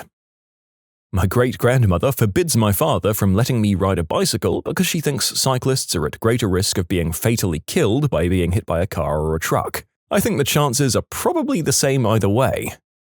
Oh god, the helicoptering has skipped a generation. I will say that I think cyclists are in more peril at any given time than pedestrians, but that doesn't mean she can control you. Not so. I was going to hang out with some friends at 15, and there were going to be some guys there. I was really insecure and I didn't have many friends, and I hadn't been invited to hang out with anyone in months, so I was really excited. My parents were gone somewhere and were going to get home in time to bring me, but they decided to get ice cream or something and came home an hour late. I wasn't going to go an hour after the rest of my friends got there. Mum told me it must have been God's will, and I probably would have been R-worded if I'd been there. I missed out on the only time I was invited to something that summer. An old girlfriend of mine couldn't be out anywhere unless her parents knew exactly where she was going, who she'd be with, and what time she'd be coming home to the minute exactly. Alongside that, they had her phone GPSed, so they could know where she always was, and if she left her phone at home, she'd get in major trouble. She had to be home by 11 p.m. no matter what. She could never sleep over at anyone's house unless it was someone who was in her family. She's 21, and her parents are still like this. I was banned from free reading, aka any reading outside of school requirements, because I read too many books on my own and they thought it was affecting my studies. During the time that rule was in place, I'd hide books in the bathroom and read them there. On average, I'd spend roughly 20 minutes sneak reading Calvin and Hobbes and Harry Potter. I was 14 at the time. I'd do all of this on the toilet. One time, my stepmom asked to use the bathroom after me, and it just dawned on me, 6 years later, that they probably thought I was tickling my pickle and hiding smut in the bathroom. I was 21 at the time and wanted to go bar hopping during San Diego's Comic-Con. I told them that I was going to stay at a hotel with my friend because we're drinking, and my parents' house is half an hour away. Come 1:30 a.m., I get a million phone calls to get my butt home because it's late. I sober up and I leave at around 2:30. I'm not a heavy drinker, so it wasn't hard to determine my sobriety. Don't drive drunk. I got home, and my dad is waiting by the door. I saunter in, take a shower, and go to bed. The next morning, my dad gives me crap for smelling like alcohol when I walked in. All I had to say was, well, I didn't have to drive back last night, but somebody demanded me home regardless of knowing what I was doing. He shut up. I wasn't allowed to go to my male friend's cottage because his parents wouldn't be there. My friend is gay, but his father made a really creepy move on me one time. If a store existed that sold superpowers, what could you buy from the discount bin? The ability to walk through walls. Only quarter-inch drywall, though. Be able to fill out any government form knowing exactly what each question is asking from me. Glowing. Not exuding heat or producing high amounts of energy, just, glowing. Mostly in the dark. Being able to guess how many jelly beans are in a jar. Static electricity. Nothing powerful, of course, but just enough to make my hands into joy buzzers whenever I feel like it. You need a negative ion generator. You can use a 9-volt battery, 12-volt car adapter, and strap it to your leg. You're welcome. The ability to honk other people's car horns with your mind. The ability to see the future, but only through what the latest memes are at the time. You could just post the more popular memes a few days before, then turn that into a career on YouTube. Fire lasers from your eyes that are just normal, weak laser pointers. Hey, cats would love you. Imagine you can't turn them off. Everyone would know whose butt you were looking at and when. But if you needed to point out something in the distance, people would always be able to see what you meant. Instead of the ability to shoot webs, it's silly string. I mean, if that isn't in the upcoming Avengers movie, then I refuse to see it. I don't even know why Robert Downey Jr. is back, but frankly, as a former fan, I'm just so damn tired of the mediocrity of Marvel lately. This video is not sponsored by Marvel or Disney. The ability to aim your flatulence. It would make it easier to fart in someone's general direction. The ability to read thoughts, but at the cost of mine being yelled back at them. I wouldn't even buy that from the discount bin. I'd be getting my butt kicked on the daily. The one-time ability to turn into a frog until somebody kisses you out of it. So, I'll be a frog for life then, is what you're saying. Always knowing the temperature of things. Maybe would only be a neat trick on dates. Like you aggressively slam your fist on the table. Don't eat that! It's a little too hot. You're welcome. I don't know, you could be pretty useful in astronomy and astrophysics. Would your superhero name be the Thermometer? Always being able to name a character actor and the shows or films they've acted in. I know because this is my discount bin superpower. The ability to know exactly what I want for dinner. This would never be in the discount bin. Imagine how many relationships it could save. The ability to turn into an insect. Ability to turn back not included. Ah yes, the Kafka. Flying, but only an inch off the ground at walking speed. This would be excellent for navigating minefields. I would pick up the basketball, fly to the other end and score without being called for travel, and get inducted into the Hall of Fame. Visibility cloak, a bright orange poncho it is. Having skills like the ability to draw, but only from 2 to 3 p.m. once a month on a Saturday. Hey guys, welcome back to my monthly Twitch stream everyone. Flash Art Hour will be starting in 5 minutes, so start submitting now if you haven't. The ability to raise my cholesterol at will. Translucency, a bit like invisibility, but you can kinda still see them? It only works half the time anyways. You can turn invisible, but only to insects. X-ray vision that can't be turned off. Whatever Hawkeye has. Heartache and heart loss, a fine choice. Assuming he wasn't joking in Civil War, the guy could be the greatest professional golfer of all time.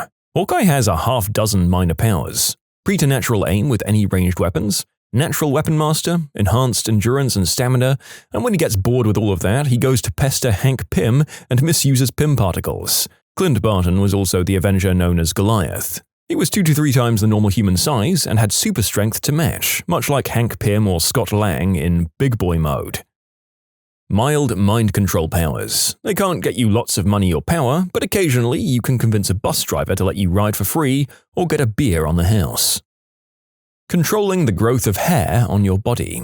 Never pay for another haircut again and always have perfect hair. Invisible to blind people. Shapeshifting, but only into people you find attractive. Cries in Reddit. It's more powerful than you think actually. Say you're a 5, then you can shapeshift into the 6 that thinks you're alright, shapeshift from the 6 into the 7 that thinks you're alright as a 6, shapeshift into the 8 and so on until you're a 10. The ability to eat anything you want and only be moderately overweight. I have that already. It's great. The ability to comprehend languages, but you only understand one at a time, and you have to choose the languages at the beginning of each day. I remember as a kid reading a Marvel card about a character in the New Mutants whose power was that he could pick up on languages really quickly, and I distinctly remember thinking, my, that's the lamest superpower I've ever heard.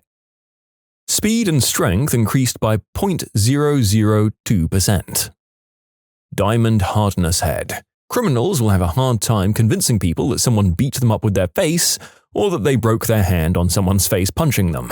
Also useful for riding a bike without a helmet. Thanks for all the replies. Blew up a little more than I expected. For all those who mentioned that diamond is hard but not durable or something to that effect, I'm aware of it, and I understand that there are many kinds of strength, durability, or toughness, such as compression, hardness, or tensile strength. I just think iconic things like this are very comic book-esque. See characters like The Thing or Emma Frost, who are clearly more durable than the materials their powers are based upon. Let's also not forget that this is the bargain bin, though I have to say I love how much actually is a part of our nerd culture now. Thanks again for all the info and perspective. The ability to make your nails grow longer. Not like claws, like Wolverine or even Lust from FMA, they just grow like 3 inches at most. Like half the quirks in My Hero Academia. Seriously though, at some point you've got to think, man, this kid can control ice and fire at a thought and cause massive destruction in the blink of an eye. And I have a tail. You can change the color of the things you touch. Red blanket? Boom, now it's blue. Eye color changing, just to freak people out, man. The ability to shrink or grow to the size of your aunt while maintaining your original mass. Basically, you can become Ant-Man. The ability to shoot milk from your fingers, but only 1/10 as much as you drank that day. Oh, that's perfect for coffee when we run out of milk. You ran out of milk because you drank it all in preparation for running out of milk for coffee. Wait, so I'm just walking around as a giant lactose-addled sleepy blob to be able to use my superpower? Do you still throw up if you chug a gallon of milk, or does it overflow out of you and blast out of your finger with the power of a pressure washer? All important questions, you understand. The ability to go slower than a slug, or the power to turn anything wood into a potato. Anything like that for sure. You could simultaneously contribute to deforestation and solve world hunger. The potato power would be useful if you were stranded out in the woods. Be able to slow down time, but you slow down as well. And yes, your mind slows down as well. You get what you pay for. So I think the most creative use of this power that I read would be to find someone who has the power of immunity to other people's powers. Boom, now that guy is God tier and you guys can make a great team. You can talk to plants, but only ones that you grew. And they are jerks. Those sparklers that Jubilee from X-Men produced from her hands. Oh, I wouldn't knock Jubilee's powers. Those fireworks at untrained OMGW what the frick is this level were enough to dazzle, daze, and stun grown men. Fully trained, she could and did level warehouses. She's also a near Olympic-class gymnast with all that entails, and when she was in the New Warriors as Wanderer, she had access to advanced technology similar to that of the Wizard, including flight discs identical to the Wizard's, and gauntlets offering her enough super strength to pick up train engines. She was a depowered mutant at the time. She might not wear the Wanderer suit anymore, but I wouldn't bet that she doesn't still have it, which would make her one of the most dangerous flying bricks around. The power of influenza, the ability to give people the flu at will. I mean, that's arguably a military-grade bioweapon. The ability to smell someone's breath and know exactly what they ate. You always have a peppermint in your pocket. The power to make people crap themselves. I mean, that would be awesome. In like a long line, make people deck themselves and get out of your way quickly. Your sister's going out on a date with a prick? Have her crap herself before she leaves the house and never see him again. Or just wait till his car pulls up, load his pants, and give him a reason to drive home solo. Wait, so how long can it last, and can I control the intensity? If I frickin' hate someone, guys, can I just turn his butthole into Krakatoa for 45 minutes? I've met some people that really frickin' deserve some Wrath of the Gods level poop storming out of their butts. Or imagine some idiot in traffic that won't stop tailgating you or won't go faster than 35 in the left lane of a 40 zone. Sudden urge to go. Not too bad or anything, but suddenly, they're on the move now. Crazed guy with a firearm? Behold the butthole apocalypse. It's hard to shoot when the only thing you can do is cower helplessly in a ball as your intestines ignite in holy vengeance, as every trace of your digestive tract's contents are suddenly inspired to exit with the intensity of a Category 5 hurricane of butthole-annihilating vengeance. Also, that guy would forever be known as the insurgent that literally dacked himself. A demoralizing victory. Can I use it for multiple targets at once? Just join the army and stride immune as every militant motherfricker in your vicinity is forced to uncontrollably evacuate their bowels. The only terror will be my reign of terror, as all dissenters perish of dehydration from the unending crapstorm that I rain down upon all who dare oppose me. The flip side of this would probably be expensive, but it's a funny one I've often thought about. And when they go, they magically have to take your crap for you. You can submit your own stories to be featured here on the channel. The story submission link is in the description below. Don't forget to subscribe to Am I the Genius? The approximate knowledge of many things. Talking to fish. The ability to read your own mind. The ability to breathe underwater, but only in chlorinated pools. The ability to know whether or not a toot is going to smell. I'll buy 3. The ability to materialize chopsticks at will. All of the flashiest, most impressive powers would be cheap and discount binned, but they wouldn't come bundled with their required secondary powers. So for instance, you could buy energy blasts on the cheap, but only so long as you didn't want immunity from your own energy along with it. Hope that you enjoy the exact one time that you blast your Toddfire. I'm assuming that your name is Todd and that you name your energy blasts Toddfire, you see. But yeah, I hope you enjoyed the exact one time you blast your Toddfire from your hands before they're burnt off and you're left with charred stumps. Flame on! Wake up 3 weeks later in the burns ward. The ability to live forever, but it doesn't come with the ability to stop aging. Have fun being a beyond decrepit 900-year-old. Oh, like the ability to breathe underwater, but not the ability to withstand any of the pressure. You end up being the cool guy who can stay underwater, but you can't go more than 20 feet until your ears ache, and if you go too far, you get crushed under the pressure of the water and die. Catman. You always land on your feet. I mean, you break both your legs, but at least you land on them. The ability to stretch your extremities, but you can only stretch one finger. To always be funny. Funeral? Congrats, you're killing it. Be able to keep your eyes open while sneezing. The ability to turn into water. You can shoot lasers from your wee-wee. X-ray vision in only one eye at a time. That's actually still useful. The ability to do chores at 120% the capacity as before. Nice. The ability to communicate with spoons. You could buy my own favorite superpower, the ability to speak and understand any language, but only when speaking to a speaker of that language. I imagine that the usefulness of that power is not diminished by much. I mean, true, you can't be a language teacher, but you can still be a terrific translator. You could be the one-stop-shop court translator and hopefully just do that as a steady job. You can read people's minds, but only when you're staring directly into their eyes. It's still good for conversations, since you normally look at their eyes for a bit. This would be taken by the CIA and the rest of the world's spy organizations before it ever hit the shelves. Read minds, but it translates to a totally different language. Fecal kinesis. A DIY kit to build your own superpower that lacks some of the pieces.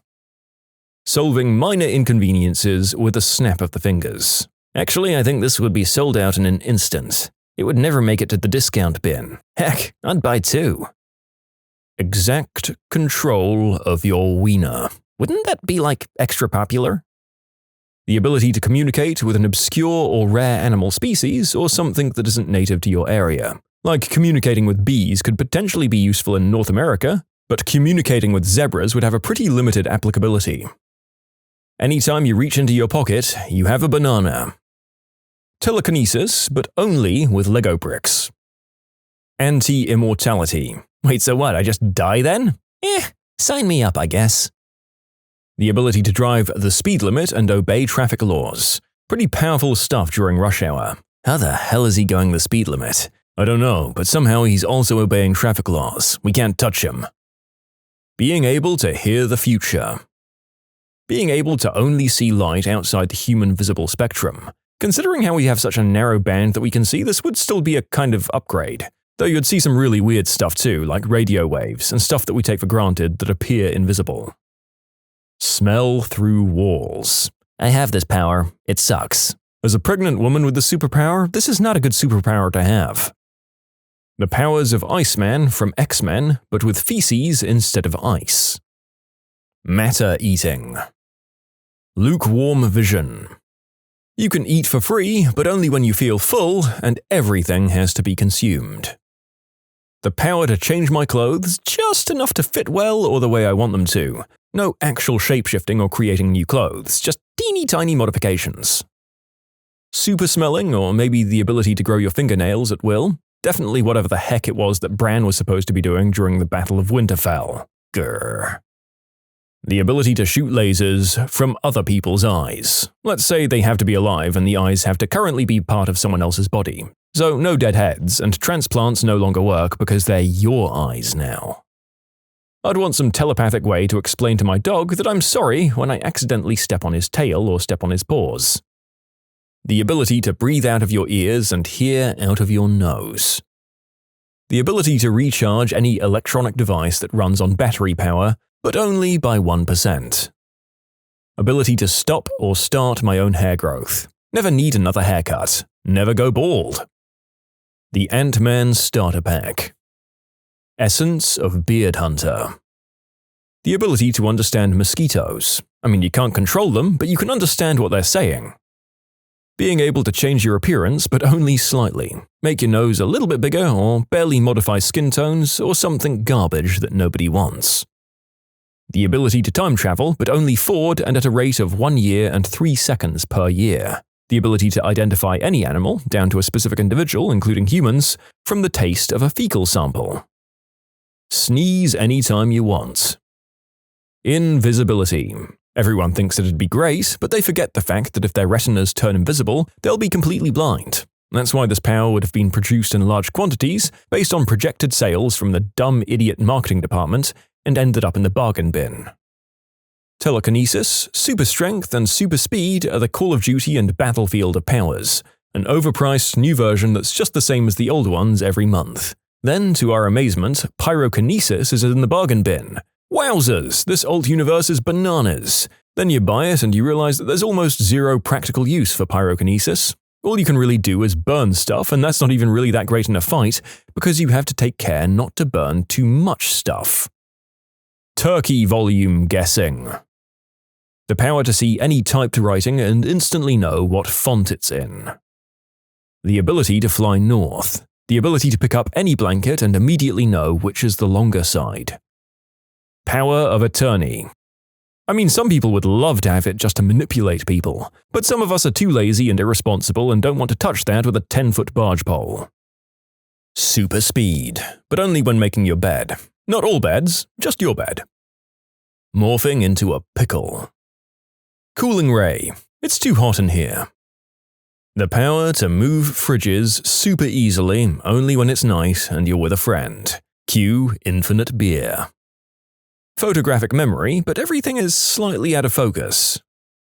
The ability to scream sonic waves out of your butthole. It's defective and was supposed to work out your mouth, but somebody wasn't paying enough attention in assembly. Taser face. The ability to know when I'm saying goodbye to somebody for the last time. Super strength. Valid only in certain jurisdictions, used only against villains, and only when in times of national emergency, and only when the third moon of Jupiter is in half-waxing position. Teleportation, but extremely limited to a few feet. Very useful when catching a subway that just closed its doors in peak hours. To have the ability to make people in a 10-meter radius blind for 60 seconds with no memory of what happened. Time travel, but only backwards. Wait, so you can rewind as much as you want? It sounds like a god-tier ability. Assuming that time resumes going forward at its normal pace rather than just pausing until you rewind some more, because that second one's horrifying. The ability to open any jar under the condition that everyone else in a 20-foot radius has tried and failed to open it. Unlimited regeneration, but when you get it, you're also burnt by an undying fire. The ability to turn completely invisible, but you have to be screaming the whole time. X-ray vision, but you'd only be able to see guys' eggplants and when they were rigid. Never having to use the restroom.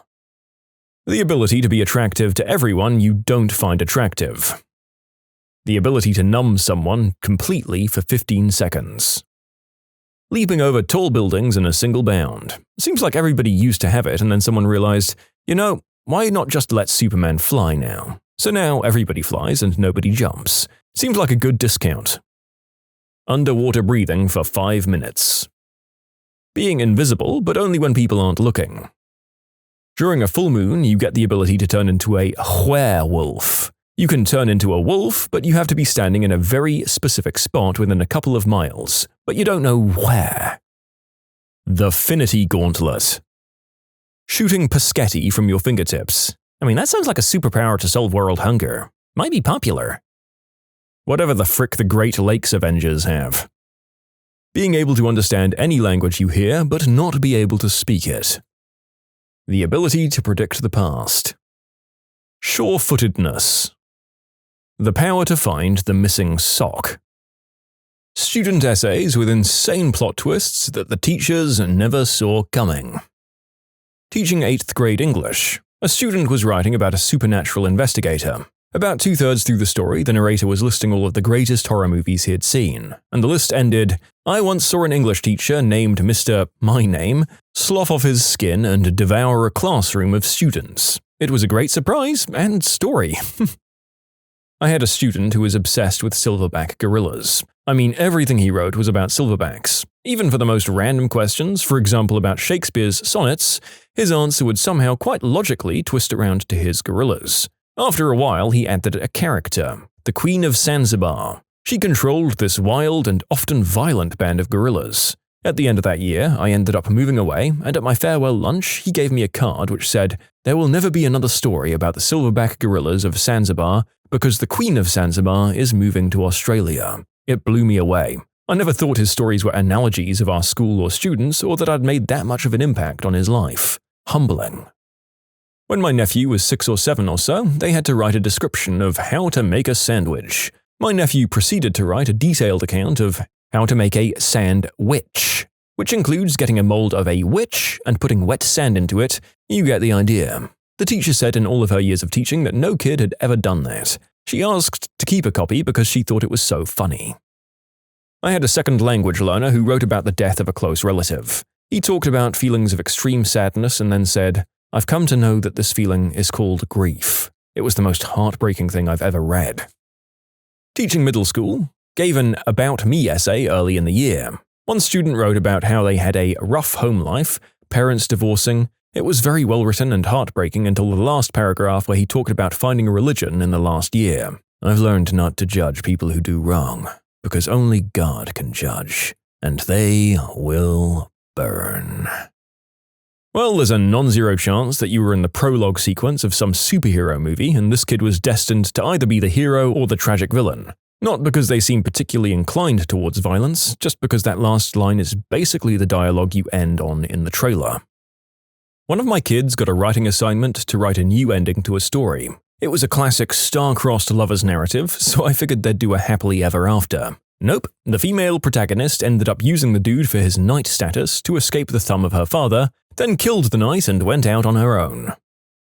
I taught an English 101 where I had a very open-ended writing assignment to gauge where the students were. It was a long time ago, but if I remember correctly, it was to write about something that happened in your life that was memorable. Like I said, very vague. One student wrote about how his friend had run away from home and asked to stay in his treehouse. Okay, mild enough. Then it got pretty dark when the student wrote that he was woken up by fire sirens only to find the treehouse was engulfed in flames. Of course, nobody had realized it was occupied. That was over 25 years ago, and I still remember the chill I got when I read it. I was picking up recycled paper for my students with severe disabilities to shred using our machine. The essay we found was about some kid that was going through a very tough time at home. I made a report, and that student is now doing better. A student once wrote a story under the assigned heading of All That Glitters Is Not Gold. It was a first-person narration, told as a comedy about a mother telling her daughter on her 21st birthday about the night she brought her home from the hospital. The twist was that the mother was talking to herself in what would have been the child's bedroom, but her child hadn't actually made it through the night when they brought her home. This floored me. Really kind of annoying kid, good person, but too much charisma, and he used it to goof off during the class. Regularly pulled 70s as a result of not paying attention. Held a poetry workshop that he opted into. Wrote a poem about his dead parents. I knew he lived with grandma, but not why. And the last line was, I laugh so I don't cry. And that shattered my heart. One of my middle school students in Korea ended a story about his family with it raining alcohol and snowing nose candy. Everybody freaked out and murdered one another. In the story. I teach high school maths, so the opportunities for stories are more limited. I set an extended assignment on mathematically evaluating what would happen in a zombie outbreak. Looking at what happens to the human population based on how fast zombies can turn them, if there's a cure, if zombies can raise from the dead from graves, stuff like that. The last part of the assignment was to model a zombie simulation of your choice. Come up with some survival strategies and show mathematically how they helped humans. Most students picked a pop culture zombie style and used that as their inspiration. No problems. At the time, there was a big election going on, so one student decided that anyone under the sway of a particular political party must be a mindless zombie, and recreated the events of the entire election in his mathematical equations. It was a fantastic spin on it that made marking it much more fun. I worked at a bookstore that had a spooky story contest for Halloween, and I'd read a lot of stories by elementary students. And mostly, they read like stories by elementary students. But there was this one. On the first pass, I guess I didn't like it, but when it came back from another reviewer, I happened to read it again. The plot wasn't astounding, it was actually kind of a bad story as far as that goes. What was amazing was that the student changed her vernacular depending on whether the speech was spoken by a character or part of the narration. That's not elementary stuff. It was really incredible and such a small thing that I was so surprised that I'd even noticed it. It's literally a technique that was considered groundbreaking when Zora Neale Hurston did it, and she's one of the greatest American writers ever. There's no way that this little 4th grade girl knew about Hurston. She was just doing it naturally. I was blown away. I tried my best to advocate for that story, even suggest a special prize, and my boss would not give. I hope that little girl is still writing. We were assigned to write a full-length poem in a creative writing class. Our instructor constantly reminded us to avoid cliché symbolism and metaphor. The example he kept bringing up was not to write about wearing all black in a cemetery. Now, I'm terrible with symbolism and metaphor. Every time I try to write symbolically, it always reads back to me as forced or cliché. I wrote and threw out 3 poems and accepted my fate on the day it was due. But that morning, I took out another sheet of paper and titled it, Wearing All Black in a Cemetery. But it wasn't about death or sadness, rather the main character was dressed in all black, because he was a grave robber. The poem had him getting caught and sentenced to life in prison. My instructor loved it. In high school, we had this creative writing assignment where we were given the choice of 3 different pictures to base our stories on. I chose this one where you could see a man cleaning a room, and you could see that he had swept things under the carpet because there was a big lump on it. I wrote this whole thing about the guy panic cleaning before his guests would arrive, and him desperately trying to flatten the lump. In the end, it turned out that the lump was a body, and his guests were the police. Pretty tame, I know, but the way I wrote it, I purposefully made the spelling and grammar mistakes through the text, except that when you read the twist, you realize that they weren't actual mistakes and everything was grammatically correct. My teacher had even noted all of my mistakes with a red pen, but wrote a note basically saying, "Oh, never mind, just read the ending." I showed it to my dad after he got back, and he burst out laughing when he read it through. I had a student write that she flew to California to see Post Malone because he's, quote, so hot. She got a henna tattoo on her chest of him before the concert. Unfortunately, it turned out she's allergic to henna and it turned into a terrible rash. She still has the scar. Plot twist, it turned out to be a permanent tattoo. In high school, my class was tasked with writing a 1 to 2 page essay about an unpleasant experience in our lives. So I wrote a 12-ish page, third-person narrative about myself writing the essay. One time in middle school, I wrote a story called Eye Flaps. The story takes place in a society where people can't blink, and the scientist discovers blinking serum, and is so happy he blinks his eyelids off and dies of sleep exhaustion. Years later, my mum told me that the teacher really enjoyed the story and said it had a great twist at the end. I'm still proud of that story to this day. I had a student write an amazing argumentative essay. He was a shy kid and we'd been working on building his confidence and taking risks in his writing. I got to the end of the paper and he noted, "I always wanted to include this argument, but I wasn't sure." He leaves a citation. I go to his works cited and see a proper citation along with a hyperlink. I click it. Rick Astley begins to sing. I wipe away a tear. Well done, kid. Well done. Well, this is my favorite one. Bonus points for leaving it in a piece that sounds like he was going to pass with flying colors anyway. I wonder if that would turn an A+ into a fail for a certain stuffy sort of professor. Good thing that it sounds like he knew your humor. I had to write a new ending to a story about how a white boy, true son, was adopted by an Indian tribe after a raid on his family. The white settlers attacked the Indian tribes years later, found the white kid and brought him back to live with them. In my new ending, the true son considered the tribe to be his real family and escaped to join the survivors. Shortly after, the tribe, along with True Son, ambushed the settlers and slaughtered them in revenge. All seemed well and the tribe were grateful to have True Son back with them. That was until they all started getting an odd rash and dying. Turns out that the True Son had unknowingly brought back smallpox with him and spread it among the tribe.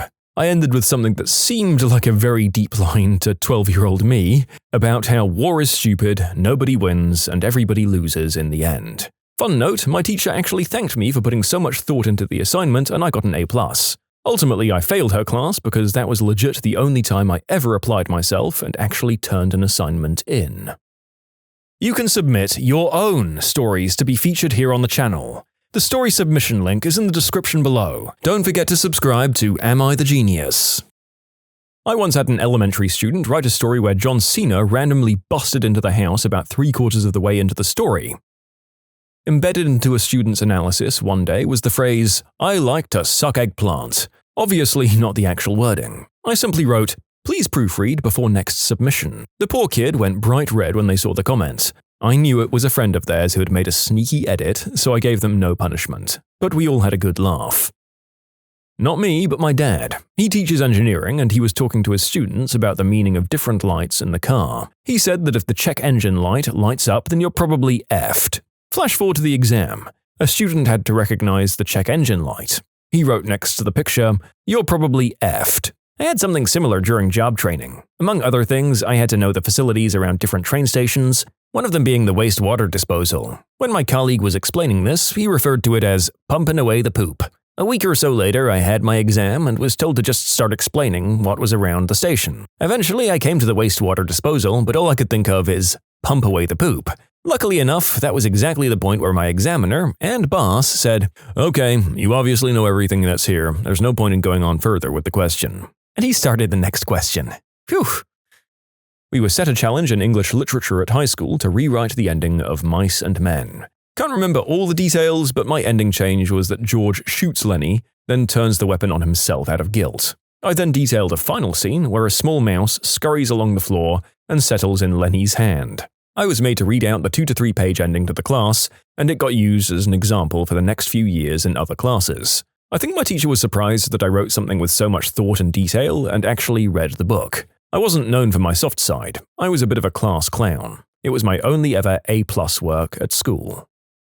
A kindergartner I taught in Korea last year wrote this awesome story about a dragon who terrorized all of the forest animals. They all worked together to defeat him, and they had a big party to celebrate. In a true show of forgiveness, the animals even invited the dragon to the party since he apologized for hurting them. But they didn't invite one animal. I can't remember which one, because he was Japanese. At the time, there was a huge political movement in Korea to boycott Japan because of tensions over their refusal to acknowledge the use of Korean comfort women. Read the forced use of colonized people as working girls. This happened before and during World War II. I just didn't expect that out of the blue, and from a 5-year-old either. My teacher was surprised when we were given a short story assignment. What happened was that the assignment stated we had to write a story. It didn't say how long it could be. It just had a minimum. So I wrote a long book full of plot twists, character development, specific explained setting, a theme and moral, a cliffhanger, and just good stuff. It was obviously not the greatest thing ever. It was 8th grade, but I think I did well. I actually became dedicated to it. So the next school year, I memorized my old teacher's birthday, and I spent a long time writing a book on Google Docs. I printed it, bought a blank book cover, and gave her the second volume of the first book, with an ending this time. The book was about a group of Arctic explorers who found a caveman of sorts in the ice, and when they let it out, it released a disease onto the explorers, and then they spread it across the world by accident. The cliffhanger is hard to explain. Once, for a 3 to 5 page essay in the 8th grade, my friend wrote 56 pages. I remember she tried changing the 12-point font to 8-point as if that would help get within range. Yeah, so the teacher stopped reading after 5. My teacher marked exams for the whole country, and she was just responsible for what they only called the pit, aka the ones that had been flagged for social services. She had all sorts, from cases of child mistreatment, like one student had written about her sister's court case, to religious fanatics. She had one that was entirely Allah Akbar. We had to write an ending to a story about a man driving home to his wife. Somewhere in the story, I saw a short mention of the character almost getting into an accident. So I played with that and I made it into a paranormal story where the main character did get into the accident, but his body didn't know it yet. So he got home to his wife, who was just watching the news report of his death, and then he stood in their bedroom with a hole in his body. I was proud of that one. Congratulations to that kid, that's like an M. Night Shyamalan twist, and this young un's writing style is no doubt going to mature and they'll become a way better writer if they keep it up. I mean, it's not hard to be a better writer than M. Night Shyamalan, but I'm just saying for a kid, that's not a bad level. The story itself was fine, but I really didn't expect the giant drawing of a male organ at the end, which also turned out to be a picture of 3 grassy mountains that were not once mentioned in the story. Also did a story circle with a kindy kid that told a very usual story of her going to get ice cream with mummy and daddy, which suddenly ended in, and then I took all of my fingers off and I threw them in the air. I was working in a pre-kindergarten classroom while the teacher was reading some stories that the kids had dictated to her based on a collection of drawings. One child had a story called Empire State Building that she was about to read while I was organizing the refrigerator. The story went, "There's a tornado, all of the people are dead." I had to keep my head buried in the fridge as I was red in the face from trying not to howl with laughter at the most amazing story hook a 4-year-old has ever written. I mean, I took pictures, but I really wish I'd kept the text itself.